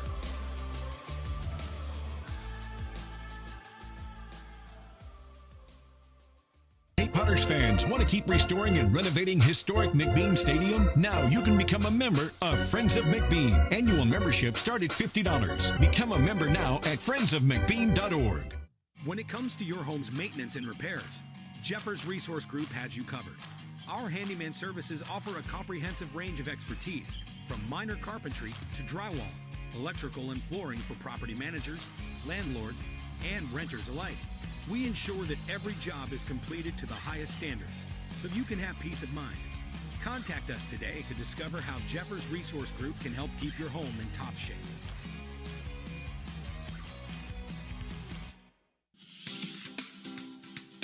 Astro Air Design Incorporated, where you feel the difference. We are a locally owned and operated heating, air conditioning, and custom sheet metal company committed to the highest quality of craftsmanship at a competitive price. Our trained and certified technicians have the knowledge and experience required to install, maintain, or repair your home comfort solutions. Our upfront pricing gives you the peace of mind because you know your price is locked in. Call Astro Air Design Incorporated today. Here in Michigan, we do more than just survive the winter. We thrive during it. You simply can't keep us away from what we love most: great times and amazing beer. Here we are for the top of the 7th inning. New pitcher on the mound for the Lincoln Potters, Gerald Hansen coming in. Gerald Hansen coming in relief of Eric Vassar. Eric Vassar just had a tremendous 6-inning outing, giving up only 2 hits in the 1 run with 3 walks and 6 strikeouts. So Eric Vassar continuing on his tear through the PEL. And that's giving way to number 4, the lefty, Gerald Hansen. Hansen's first pitch is bunted. Kyle Norton drags that bunt, flipped over with the glove by Gerald Hansen in time for the out. There's the 3-1 put out you don't see every day. Gerald Hansen with the nice glove flip. Beautiful, beautiful play. 1 out here to start the 7th inning. Travis Finney looks like he might be making his way up. Number 21 from South Dakota State. Hit by a pitch in the 3rd inning. Ended up coming around to score. And he flew out to center field. So 0 for 1. Hansen's first pitch to Finney is in there for a strike at 86 miles an hour. On the PEL summer, 1-0 with a 6.42 ERA in 6 total games. Only 7 innings pitched, 10 strikeouts against 3 walks. And that breaking ball, that made Finney go fishing. He was unable to catch up to that one, so he's out. He's ahead in the count, 0-2. Ryan Severn's on deck. And then back to the top of the order, Trevor Smith. This one's hit out to second base. Brett Griffiths slides over a couple of steps. Tosses it to his buddy Ty McGraw at first. 2 down. 2 quick outs here in the top of the 7th. It's going to bring up Severns. Severns have been on base both times he's been up. He walked in the 3rd. He doubled in the 5th. But like so many other, been stranded at 3rd and has not been able to touch home plate yet. So Hansen's first pitch to him is fouled off of the screen. 89-mile-an-hour fastball. Late picking up that one is Severns. But he does get a piece of it.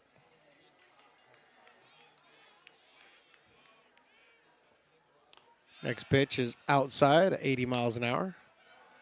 Change up. July 12th was the last appearance for Hansen. He went an inning, giving up an earned run, 2 hits, and 2 strikeouts against the Rogues. He spins that curveball in there for a strike. 1 ball and 2 strikes. Severns did not expect that curveball in that 1-1 count. That just backed him up. Gerald Hansen, 1-2. Here it is. Swinging, strike 3. And a 1-2-3 inning for Gerald Hansen in relief of Eric Vassar. We go to the bottom of the 7th. The Potters lead this one 2-1. Buy a personalized brick for you, your loved ones, or your business, and show everyone your commitment to Lincoln baseball. Framed and engraved by our own Lincoln High Ag program students, your brick will be featured on unique movable brick walls. Find your name in the stadium entrance for the 2024 and 2025 seasons. Then visit your brick in its permanent home inside the stadium. Bricks can be purchased here for $250. Get it now at friendsofmcbean.org. I'm Bill Spear, North Valley president of 5 Star Bank. In a time when business can feel so uncertain, we're here for you every step of the way. I know they have a lot of bells and whistles within their bank, but just the relationship piece here locally on the business side is huge for us. 5 Star treats us like we're number 1. They're right there with suggestions, with help. So I have to bank with people that have our mission in mind. We're 5 Star Bank. How can we help you? Hey, Potters fans, want to keep restoring and renovating historic McBean Stadium? Now you can become a member of Friends of McBean. Annual membership start at $50. Become a member now at friendsofmcbean.org. When it comes to your home's maintenance and repairs, Jeffers Resource Group has you covered. Our handyman services offer a comprehensive range of expertise, from minor carpentry to drywall, electrical and flooring for property managers, landlords, and renters alike. We ensure that every job is completed to the highest standards, so you can have peace of mind. Contact us today to discover how Jeffers Resource Group can help keep your home in top shape.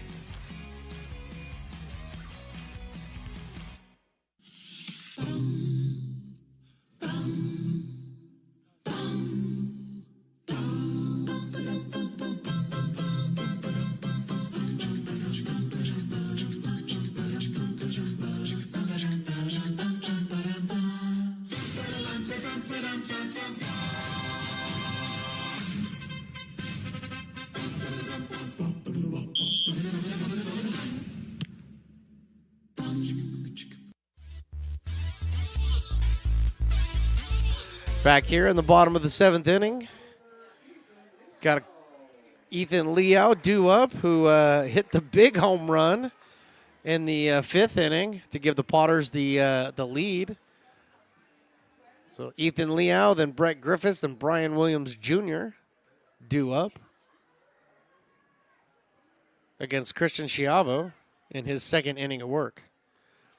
Schiavo had a really nice first inning with 2 strikeouts.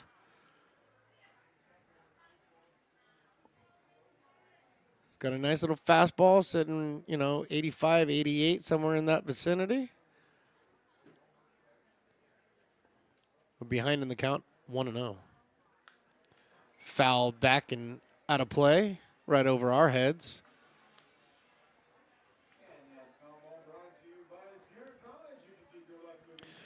Willie finally plays the crashing glass sound of the foul ball out of play. Only problem is he plays it when the ball is hit right exactly where my truck's parked. So, thanks. 1-1 now. Nice curveball there. I mean, he had me fooled up here, and I'm not even trying to swing at it. But beautiful curveball in there. Gets ahead, and they count 1-2 on Ethan Liao from Gardner Webb. Played a really nice left field tonight, especially with those 2 balls in the sun earlier today. Here's the 1-2. Outside 2-2. Liao coming in as a .245 hitter on the PEL season.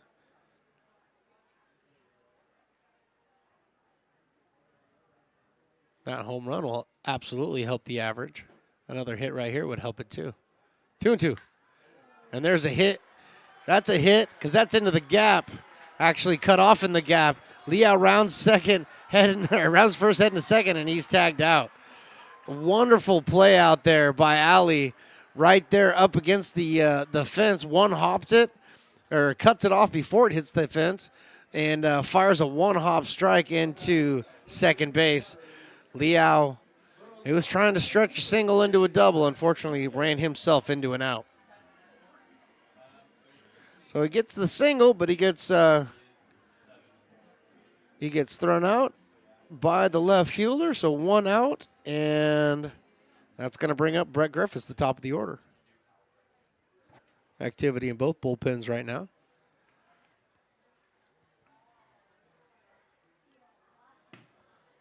Curveball that did not curve the way Christian Schiavo wanted it to. Or as I like to say, a spinner that didn't spin. Now, of course it spins, but it doesn't spin the way you want. You know what I'm saying. And if you don't, I'm sorry. I apologize for everything. Here comes the 1-0.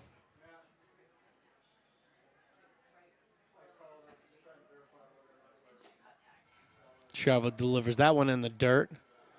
Ortiz behind the dish, unable to hold that one in front of him. Speaking of behind the dish, want to let you know that Mason Belding came in replace of Villanueva behind the dish last inning. So Belding should be taking the spot in the number 8 hole for the Potters.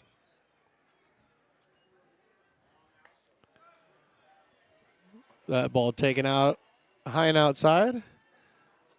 3-0.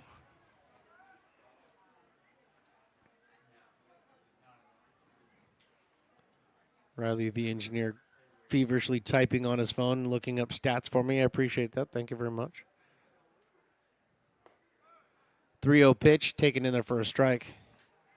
86-mile-an-hour fastball. Took a little bit something off that.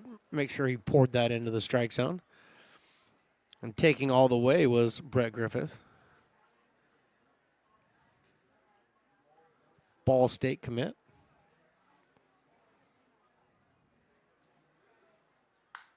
.3-1 drilled out into center field. Coming in is Smith, and he cannot get it. It gets by him.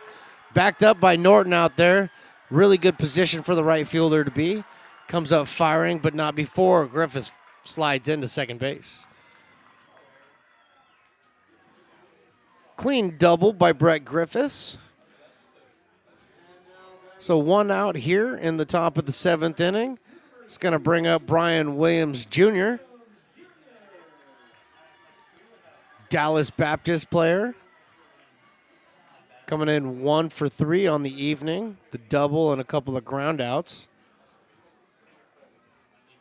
Also was the Raising Cane's player of the game last night with his 2 big bombs that helped propel the Potters to victory.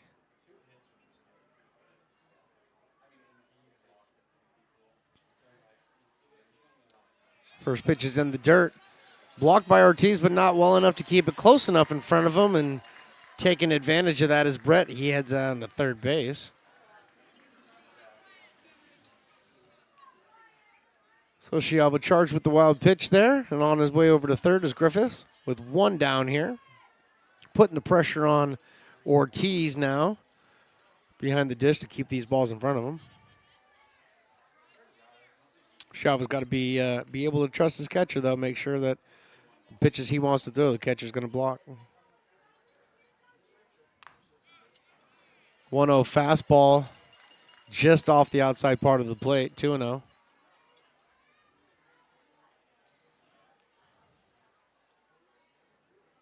Williams steps out. Has a conversation with his bat, like most batters do. And the 2 of them are ready.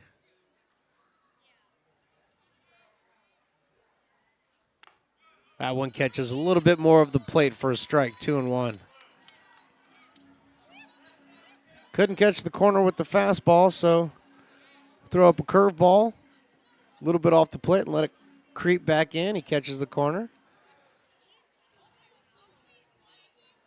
Ty McGraw on deck, studying this pitcher's every pitch. 2-1 is now 2-2. This is a big swing by Brian Williams there, 72 miles an hour off speed. Coming out of the same arm slot, looks like a fastball. Does not act like a fastball, though.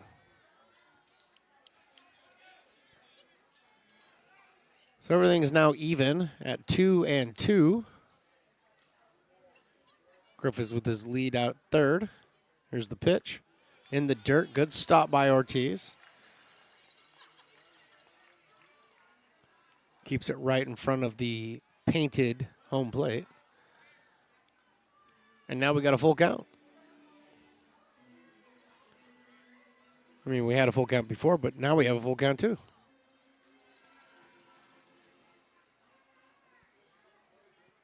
Three and two.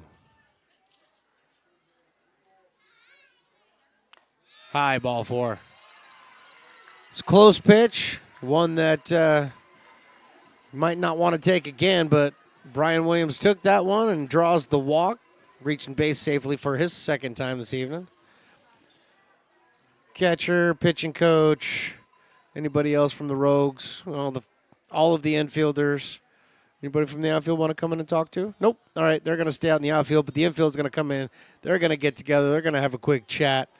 There has been activity out in the Rogues bullpen, but I do not believe this is a pitching change. But they're probably talking about how you're going to face Ty McGraw. You know, Ty McGraw, that league leader in batting average. You know, third in the league with 39 RBIs. You know, what are we going to do about that guy? Plus, he's only 2 for 3 tonight with 2 doubles. So the the umpire's out there on the conversation. He's wondering what they're going to do. Well, he's getting a scouting report right now. But it looks like everybody has put their 2 cents in on it. Everybody but Ty McGraw, which I think is unfair. I think if you're going to get together and have a meeting about one player on the other team, I think he should be involved at least. It's probably not wise as far as, your strategies and everything, but I still think it'd be nice. Or at least invite him and then tell him no or something. I don't know. Anyway, Ty McGraw steps in. Christian Chiavo It's the most trouble he's been in all night. Runners on first and third. Williams flirting with taking off. And he gets checked. And almost thrown away. Schiavo throws that ball over to first. Barto's able to catch it. And then everybody else has to take a break because a ball gets loose in the bullpen. And then Ty McGraw did something that Ty McGraw, I think he wished he didn't do. He picked the ball up instead of throwing it. He kind of tried to hit it back with his bat. Kind of, that didn't go so well, and then he's feeling bad, I think he's embarrassed now. Ty, it's okay. Your job is to hit ones over the fence, not back to the bullpen. Oh, and that one sounded like it may have gotten him, but I guess it did not. McGraw gets out of the way of that one, avoids being hit. Would much rather get a hit. Potters need to put some insurance runs up on the board here, late into the evening.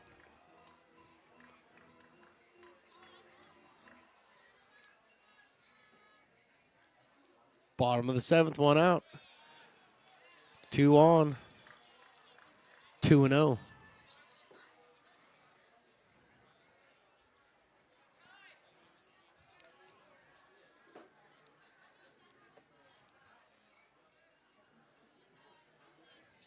Ortiz and Schiavo had to get together for another meeting. By my unofficial count, that's like 5. So I think you only get one more per the MLB rules, and then you just have to guess. I don't know if that applies in Summer League Baseball, but here comes the 2-0. Schiavo pours that one in there for a strike. Definitely tell that he feels better with the curveball right now than he does the fastball. He's been able to get the curveball over for strikes a couple of times here. Fastball he just seems to be nibbling with. And Williams takes off. They throw down to second base. And Williams tries to get himself into a rundown. He did the right thing. Unfortunately, Brett Griffiths never felt comfortable enough getting far enough away to try to score on that one. So, unfortunately, he runs himself into an out there. So, caught stealing for Brian Williams. And now there's 2 down. And a 2-ball, 1-strike count on Ty McGraw. So it changes the complexion of this inning. Now it definitely requires Ty to get a hit here to drive in a run. And pitcher falls down after he delivers a high ball 2. And, ball 3 is what I meant.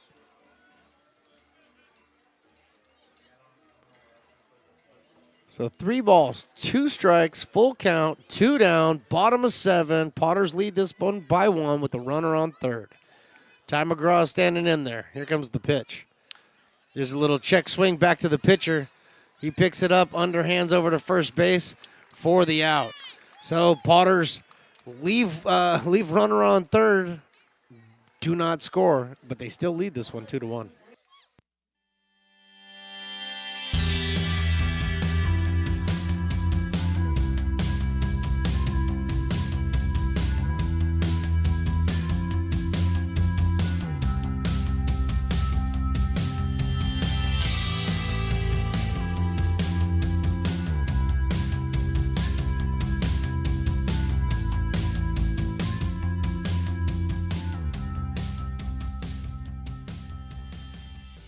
Lincoln Potters Baseball. Placer County's best-kept secret is back for another exciting summer at historic McBean Stadiums. Loaded with fun for the whole family, local beer, wine, and eats. Fireworks, giveaways, theme nights, kids zone, and more. Come join in the fun and enjoy small-town baseball with Major League Entertainment. Tickets on sale now at LincolnPotters.com. Lincoln Potters Baseball. Come on out and join in the fun.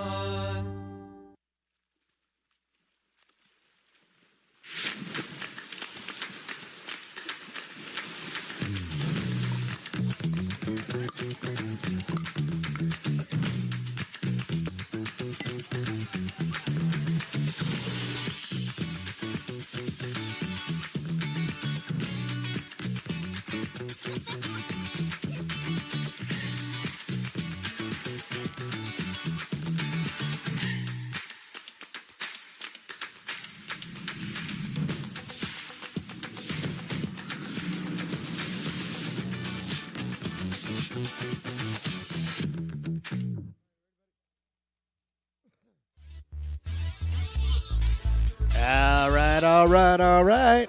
Time for the top of the 8th. Potters lead this one 2-1. Trevor Smith, Chris Ortiz, and Jordan Marion due up for the Medford Rogues. Looking to get a W. They haven't had a W in several games, let's just put it that way. So they're looking to right their ship. It's been a while. Have yet to win one against the Potters as well. So that's I know that's grinding the gears of our friends in Medford, especially the GM. He's mad at us, I could tell. But Gerald Hansen's still on the mound, facing Trevor Smith, and quickly behind 2-0.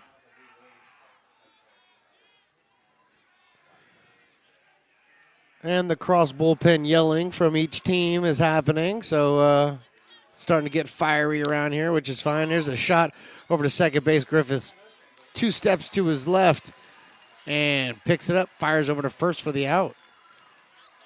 So 1 down here in the top of the 8th. Bringing up Chris Ortiz, one of the hotter hitters for the Medford Rogues. They've kept him fairly quiet tonight. Strikeout, ground out, and ground out. So 0 for 3 is Ortiz.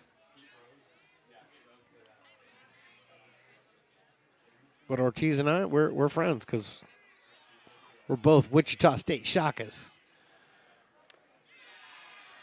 The Hanson's first pitch, 85-mile-an-hour dropping the bottom out of that sinker. Gets him to swing through it.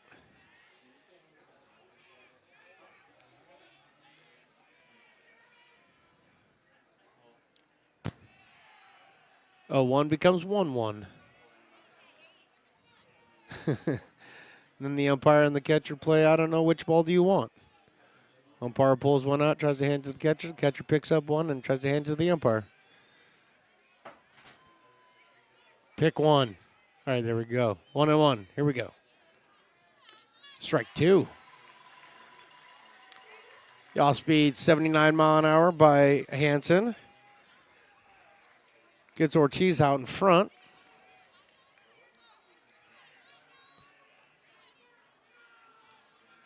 Activity in the Potters bullpen. I wonder who that might be.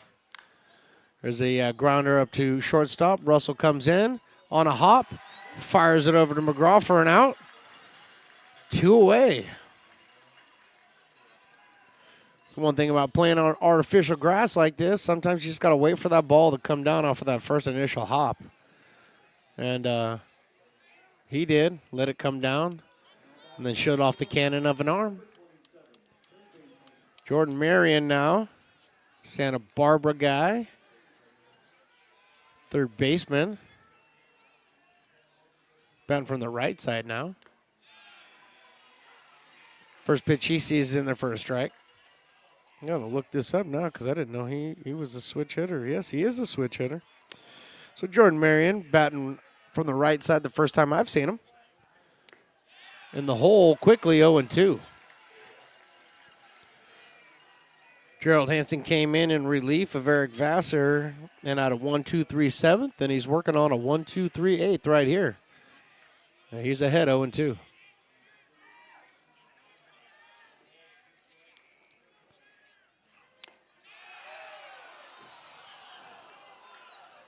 I was just going to let the crowd speak for me on that one. I wasn't going to say a word. 1 ball and 2 strikes. Crowd's really getting into this game. It's close, man. 2-1. It's not a comfortable lead for the Potters. 0-2 to 2-2.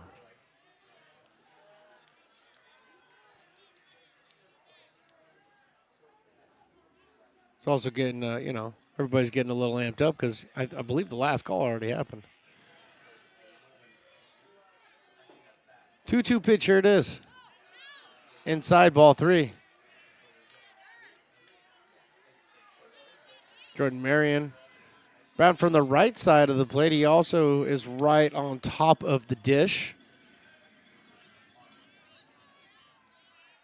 Assumably to cover that outside spot, but regardless, 3-2, here it is. This is a grounder over to shortstop. Russell has to come in, pick it up, and show off his arm. The ball is high and pulls McGraw off the bag. And getting to first safely is Jordan Marion. We'll take a look down at the official score. We're going to go ahead and give that an error. So E6 out there on Tyler Russell. Or, excuse me, Tristan Russell. Sorry, Tyler. So E6, 1 aboard with 2 down here. And that's going to bring up Orlando Covarrubias.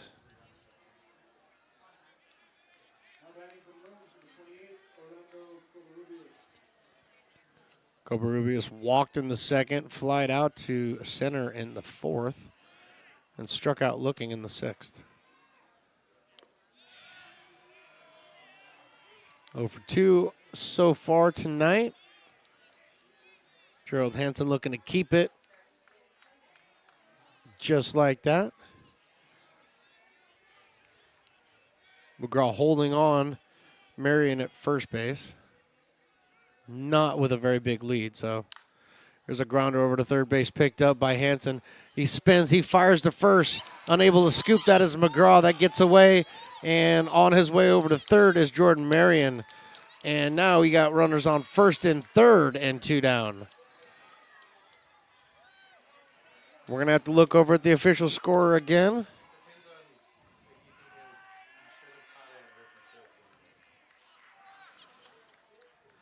And there's some, okay, and we're going to go ahead and give that one a single.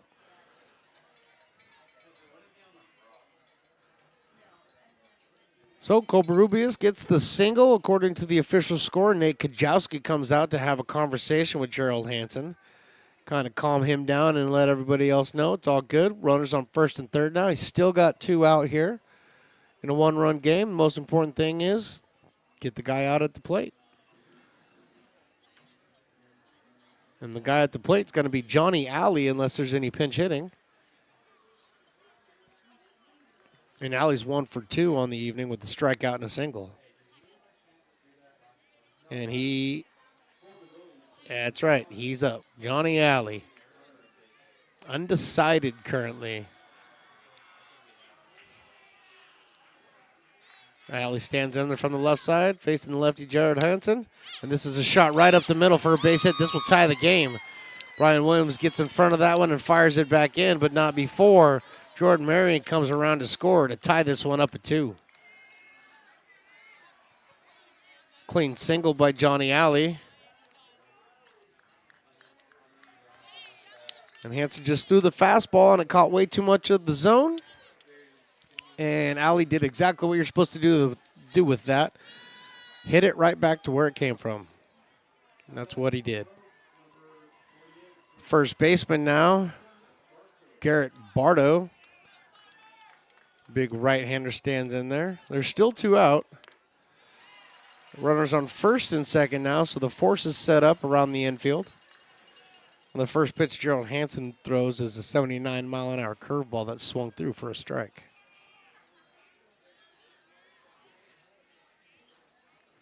Bardo 0 for 3 so far tonight. That one's in the dirt. Good block by Belding back there. Again, remind everybody that Mason Belding came in to take over for Villanueva. Defensive change.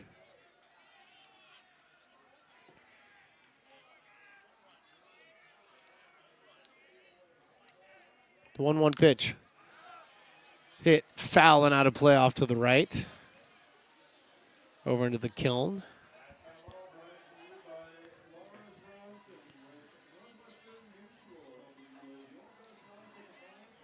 Folks, I'm really proud of you. If you guys are out here at the park, you guys have stuck through this one. This is still a pretty full house. 1-2. Swinging, strike 3. He's able to get out of the inning, but not before the Rogues put up 1 and tie it up at 2. Hi, Bill Evans, President of the Placer County Association of Realtors. We're in the store, our conference facilities, an amazing team help us keep together an amazing organization. And we thank them all. This organization can't do what it does and can't run the way it runs without the help of so many members volunteering their time. The success of the Placer County Association of Realtors is largely dependent on our active volunteer members to help our organization and industry. The work of our committees greatly impacts our ability to champion efforts across the board and giving back to the Placer County community wherever we can.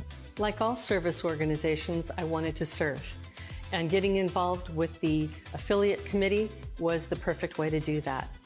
I love being able to serve my community with my business friends and other leaders and give back to those who are in need.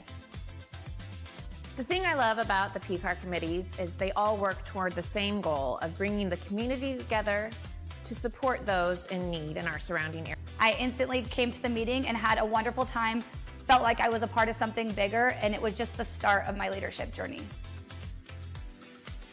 Hey, Potters fans, want to keep restoring and renovating historic McBean Stadium? Now you can become a member of Friends of McBean. Annual membership start at $50. Become a member now at friendsofmcbean.org. This job is the Esplanade at Turkey Creek phases 4 and 5.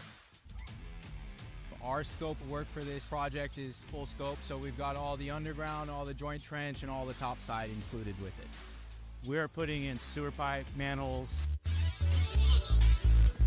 Bottom of the 8th here from McBean Stadium, where the Potters and the Rogues now locked in a 2-2 tie. Potters led this one 2-1 since the 5th, but Rogues were able to come around and put one on the board in the 8th. Error by the Potters allowed a runner into scoring position. A single drove him in.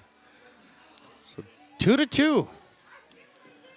Jason Hansen, Tristan Russell, Cole Eaton, Everett Johnson, if we can get that far, to face Christian Schiavo, and for his 3rd inning of work. First pitch is on the inside part of the plate for a strike, 86 mile an hour.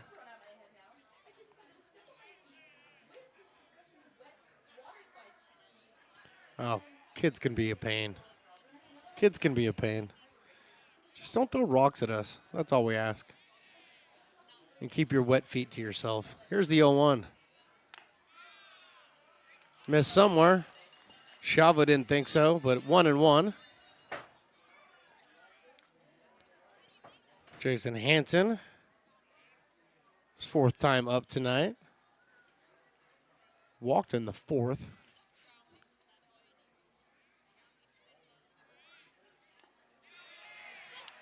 Did not check his swing there. A home plate umpire decides. So now he's in the hole. 1 ball and 2 strikes. And yet another baseball getting loose in the Rogues bullpen. 2 balls, 1 strike now.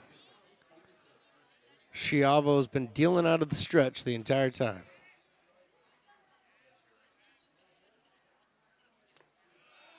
Good block back there by Ortiz. 2-2.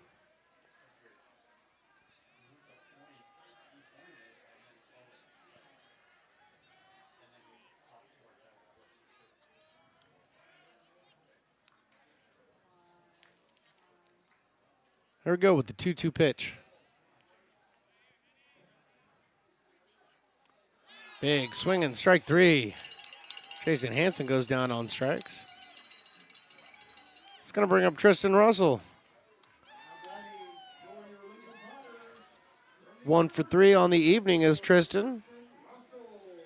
Stolen base to his credit as well. Second time facing Schiavo here. Struck out his first time. So now that he's got to see some pitches out of Schiavo, hopefully make an adjustment here, put one into play.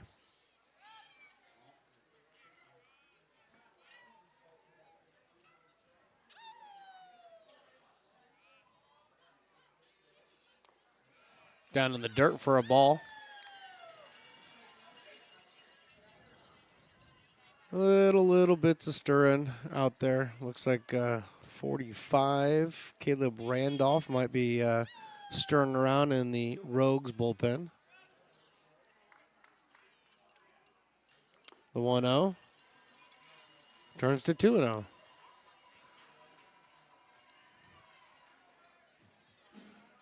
There's been some activity in the Potters bullpen now for about a half an inning.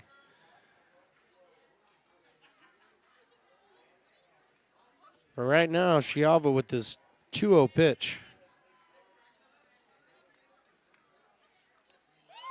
Tristan swings at that one. That one gets by Ortiz to the backstop. 2 balls and 1 strike now.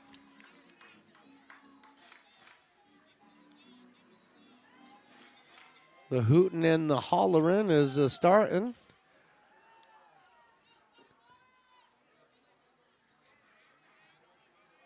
These two teams, they're not the best of friends.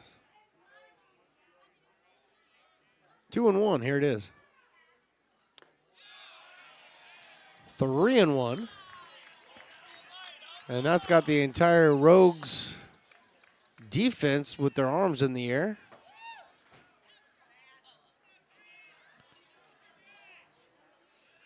Three balls and 1 strike on Tristan Russell. Cole Eaton on deck. He's waiting for his chance.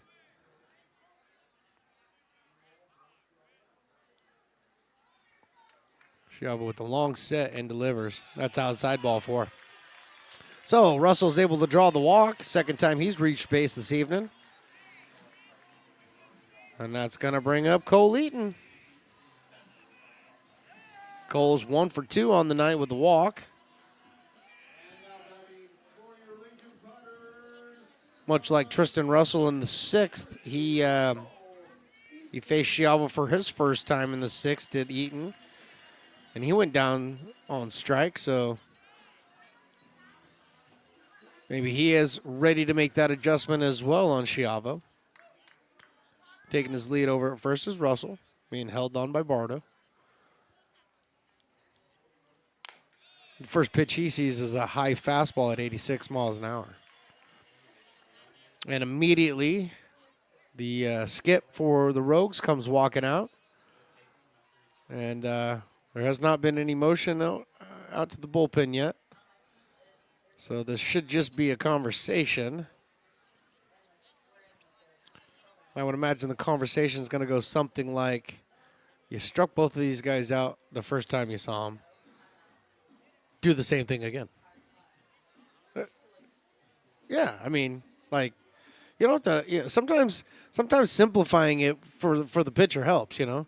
Hey, you struck him out the first time, do it again. Okay, go get him, and then turn around and walk away. So let's see if that, you know, if that was the pep talk, if that actually works out or not. Potters fans are hoping no. Rogues fans are hoping yes. I'm just curious. The 1-0 pitch delivered by Chiavo. Here it is. This one is off the fist and out of play down the first base side. Cole Eaton out of Texas Christian. Right fielder for the Potters tonight. Elkhorn, Nebraska. Big fella. Lefty, 6 foot, 190. Checking on the runner. Russell dives back.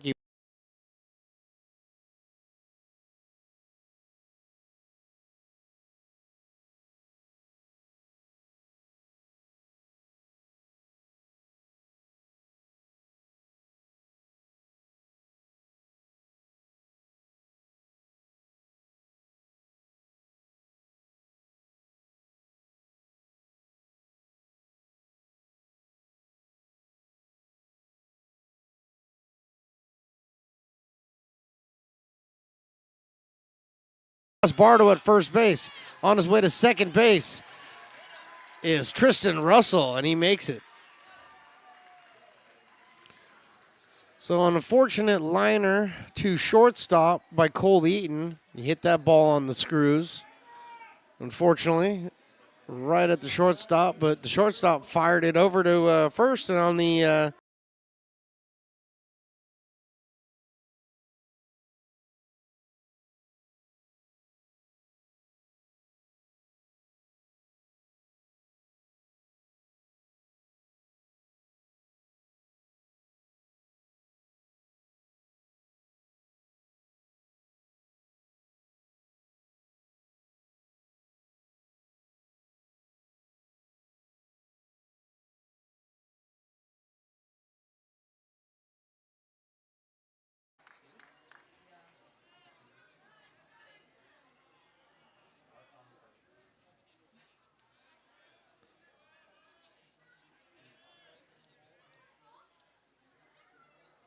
The 0-1 pitch.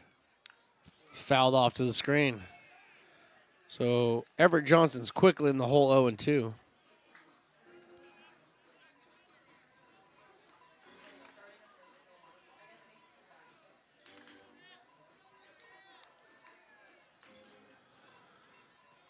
Shovel got a baseball.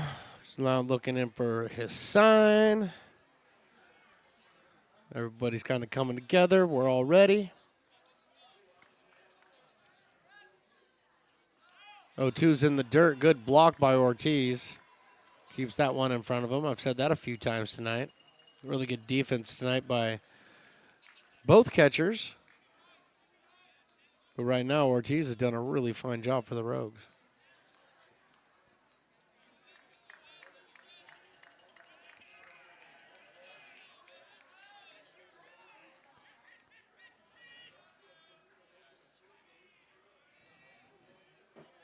Potter's tied up here with the Rogues.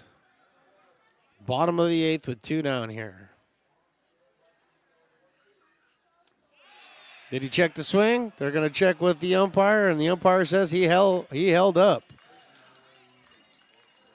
So that goes from 1-2 to 2-2.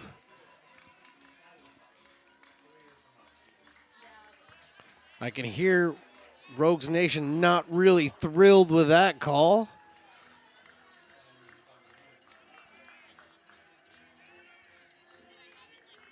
But right now, Everett Johnson, Christian Schiavo in a battle. 2-2.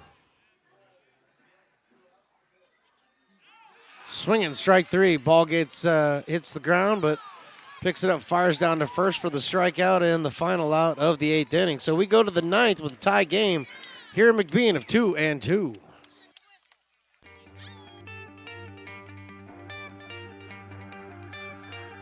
Gooseport Public House. We have sports on 10 big screen TVs, 23 beer taps with classics and crafts, a full bar with creative craft and mixed drinks, live music, and most importantly, great fresh food. In downtown Roseville off Vernon Street. Only 15 minutes from the ballpark. See ya at Gooseport.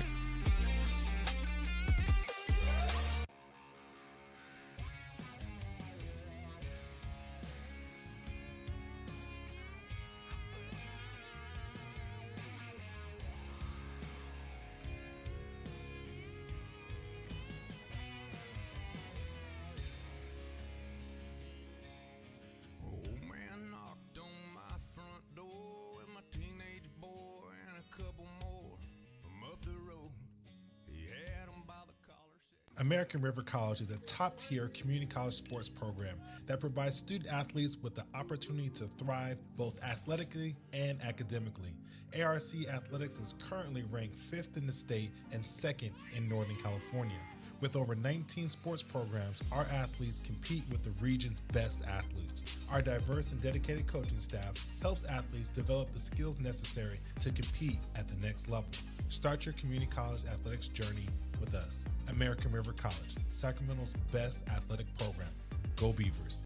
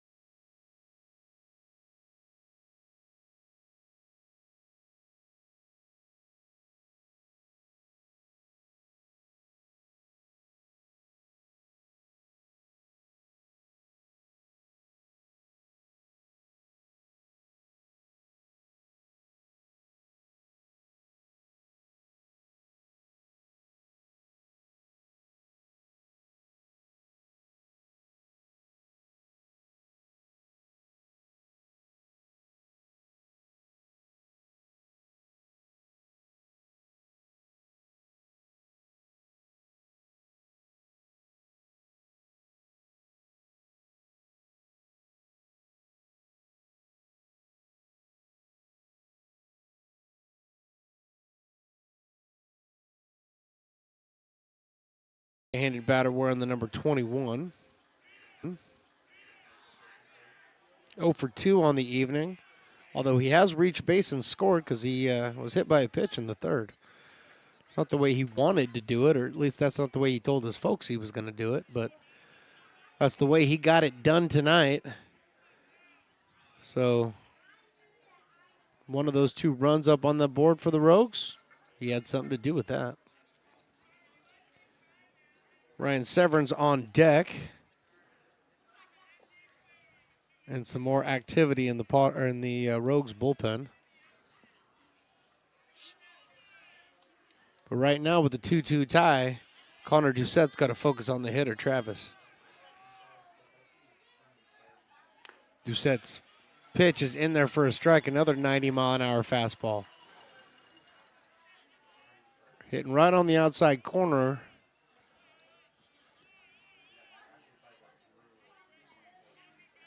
So Finney steps out, steps back in.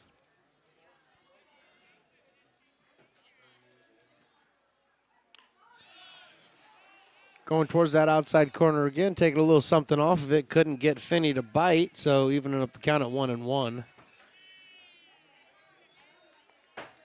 Eric Vassar went 6 innings tonight, 2 hits, 1 run, 3 walks, 6 strikeouts. Gerald Hansen went 2 innings with 2 hits, giving up 1 run. 0 walks and 2 Ks. And Connor Doucette now is on. In relief, 2 balls and 1 strike here, top of the 9th inning. 1 down already.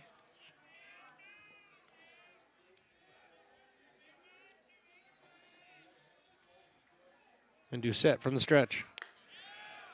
He rips the fastball in there at 91, but it's a little too far outside. So Finney's got this count into his favor at 3-1.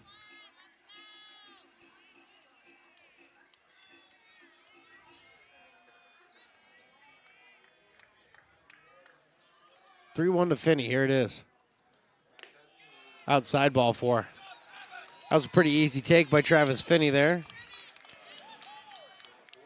So Doucette comes on, induces the fly ball to Norton, and then walks Finney. Strikes. Finney with not much of a lead over there, but being held on by McGraw. There's the breaking ball that doesn't catch enough of the plate. 1 ball and 2 strikes. Got our 900 and something Potters umpires in the building, all saying that was a strike. We live to see another pitch. Here's the 1-2 pitch. This one is hit up the middle, diving right past Russell and into center field. Holding up at second base is Travis Finney, and Severance is in there with the stand-up single. And delivers. And check swing. And delivers. And check swing. And he did not swing. And I think everybody's a little upset over that one because it looked like he did. But Doucette in a hole here now. 2 balls and no strikes. Trevor Smith, the left-handed batter, stands in there. He hits this one right back where it came from. Into center field, Williams Jr. is up with it, rounding third, heading home, and scoring is Travis Finney. And now the Rogues take the 3-2 lead.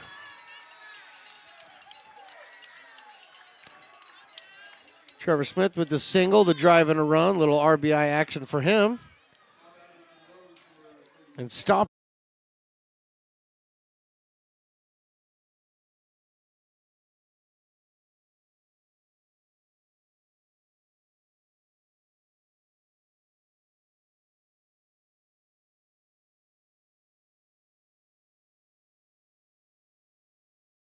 To Ortiz here. Looking to put him away.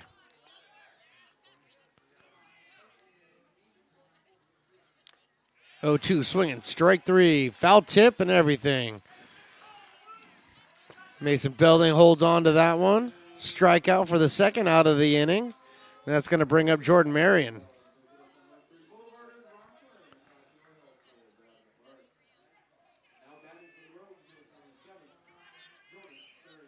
Jordan Marion got into all the action as far as scoring is concerned when he reached base on an error in the 8th and then came around to score. So Marion's up there, Doucette on the mound. That 90-mile-an-hour fastball is a little bit high.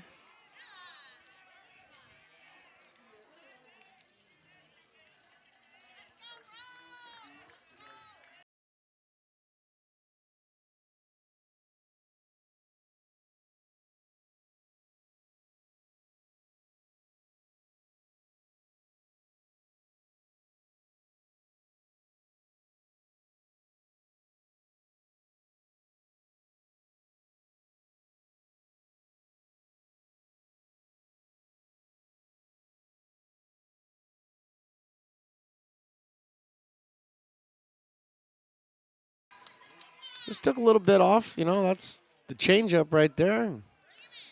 When you're sitting on fastball and 5-mile-an-hour difference, you're going to swing right through it just like that. But Jordan Marion, 2-2 now. Doucette looking to end this right here.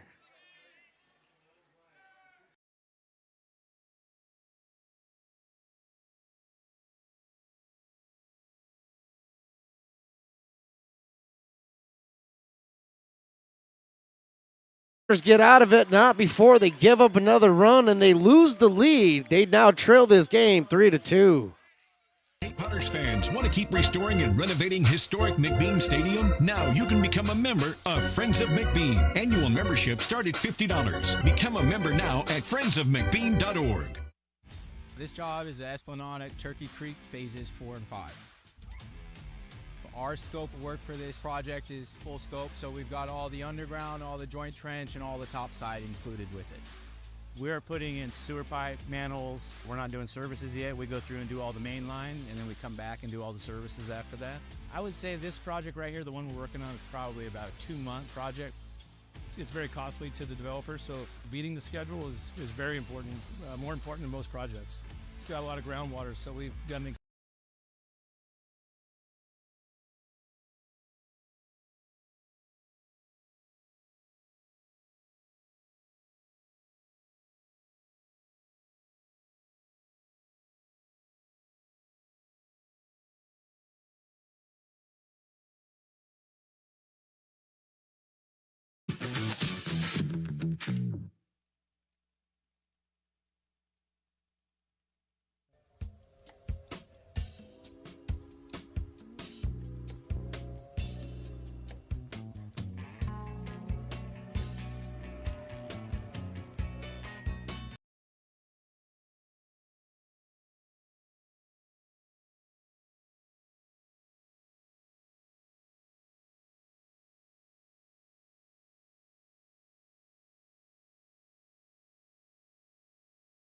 Behind this 1-0-1. And he swings through this one. That's foul, 0-2.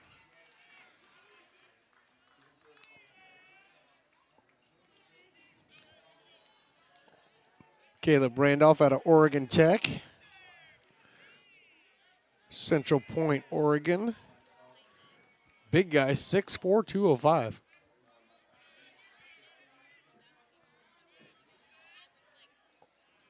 But here comes the 0-2 pitch by Randolph. And that one got all the way through and hit Blue right square in the chest.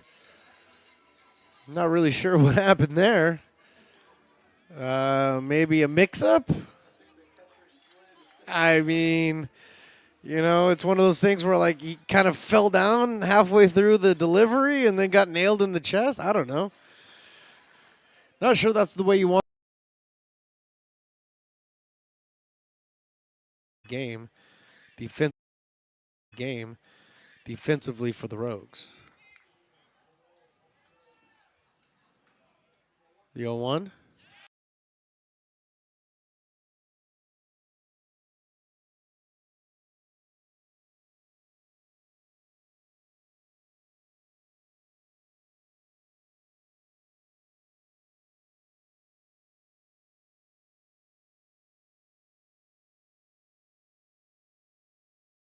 Abilities.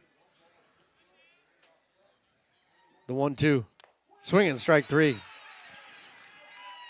So Liao goes down. Belding goes down. Now we're back up to the top of the lineup. Last hope for the Potters and Brett Griffiths. I want to let everybody know with the Harry Potter night, or Harry Potter's night, as I like to call it, there is a, what are we calling this? A drone show, a Quidditch drone show after the game. It's kind of like a fireworks night, so there won't be any post-game or any of that fun stuff. So just want to let you guys know ahead of time.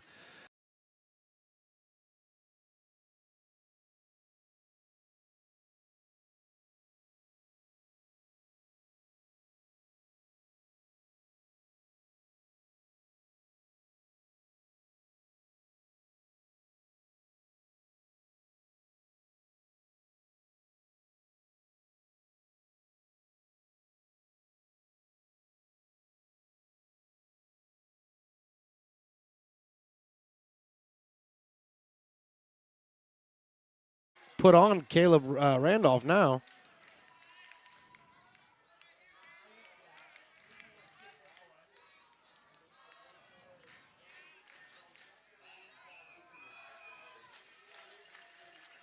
Two and one on Griffiths. 3-1.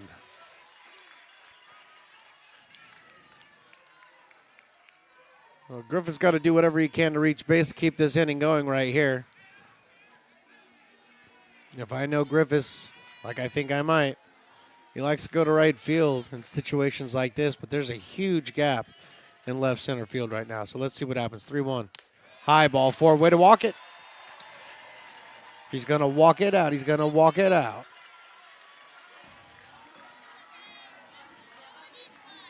Walking it out for the big number 12, Brian Williams Jr. Brian was the majority of the offense last night, hitting bombs left, right. Actually, most of them were just left, but he was hitting bombs last night, and he hit 2 of them. And now he has an opportunity to drive in the tying run or take the game with the go-ahead run. Williams versus Randolph. Here we go.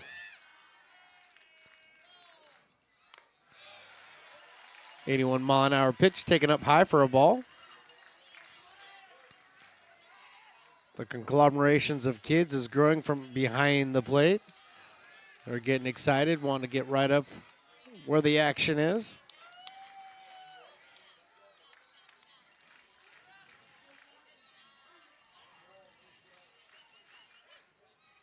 One-0 pitch, bounces in the dirt. They throw back, and Brett was quite a ways off of first base. Good thing that he was able to scramble back, because that could have been the ball game right there. But 2-0 now to Brian Williams, and that's going to bring Skip for the Rogues out. Kyle Stafford, the head man for the Medford Rogues. Jeff Matlock. Excuse me, wrong one. Wrong game.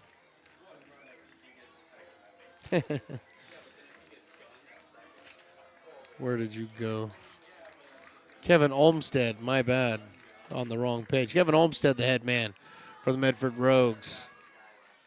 And their assistants, Pat Arman, Ryan Otto, and Corey Siracusa, former Potter legend.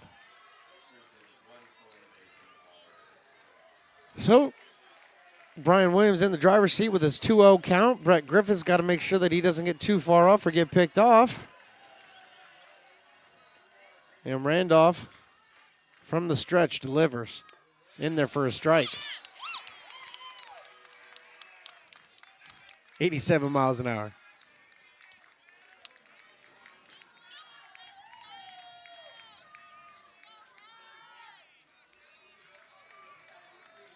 Brian Williams with the open stance from the right side. 1 for 3 today. Looking to become 2 for 4. Here it is. That was about a 56-mile-an-hour fastball or curveball. But it was a great pick by Ortiz. He's been great behind the dish all night tonight. Comes up firing over to first base. Bardo picks the ball. Brett Griffith gets back just fine. But Caleb Randolph has now run this to 3-1. Brian Williams looking to do something special here. Either draw the walk or put one over the fence. And he swings through that one. He was trying to do the second thing I said. He was trying to put one over the fence. That's right. He had a swing left to do that. It is now 3-2. The Rogues players are all up on what you would call the top step of the dugout. Same thing with the Potters players. In fact, if there's no steps, they're literally just on the field. But here it is, 3-2, 2 down here, bottom of the ninth. Randolph picks and throws. And that's a called strike 3 on Brian Williams, and there's your ball game. So called out on strikes is Brian Williams to end this game. Eli Garcia is going to make a slow walk out to talk to the umpire, but there's really nothing to talk about. That ball caught the lower corner of the plate, and there's your strikeout. So that's your ball game, folks. Potters dropped this one. First game they've dropped in quite some time, but dropped this one 3-2 to the Rogues. And like I said, we're having a bit of a drone show after the game, so there won't be any post-game or anything. So I just want to say thank you to everybody that's watched and listened and been a patron of the Stones Broadcast Network or Lincoln Potters YouTube. We appreciate everything you do. And, hey, Phantom out there, get better soon. We want you back. We need you back. And until next time, everybody, I want to say thank you so much from McBean Park. We'll talk to you next time.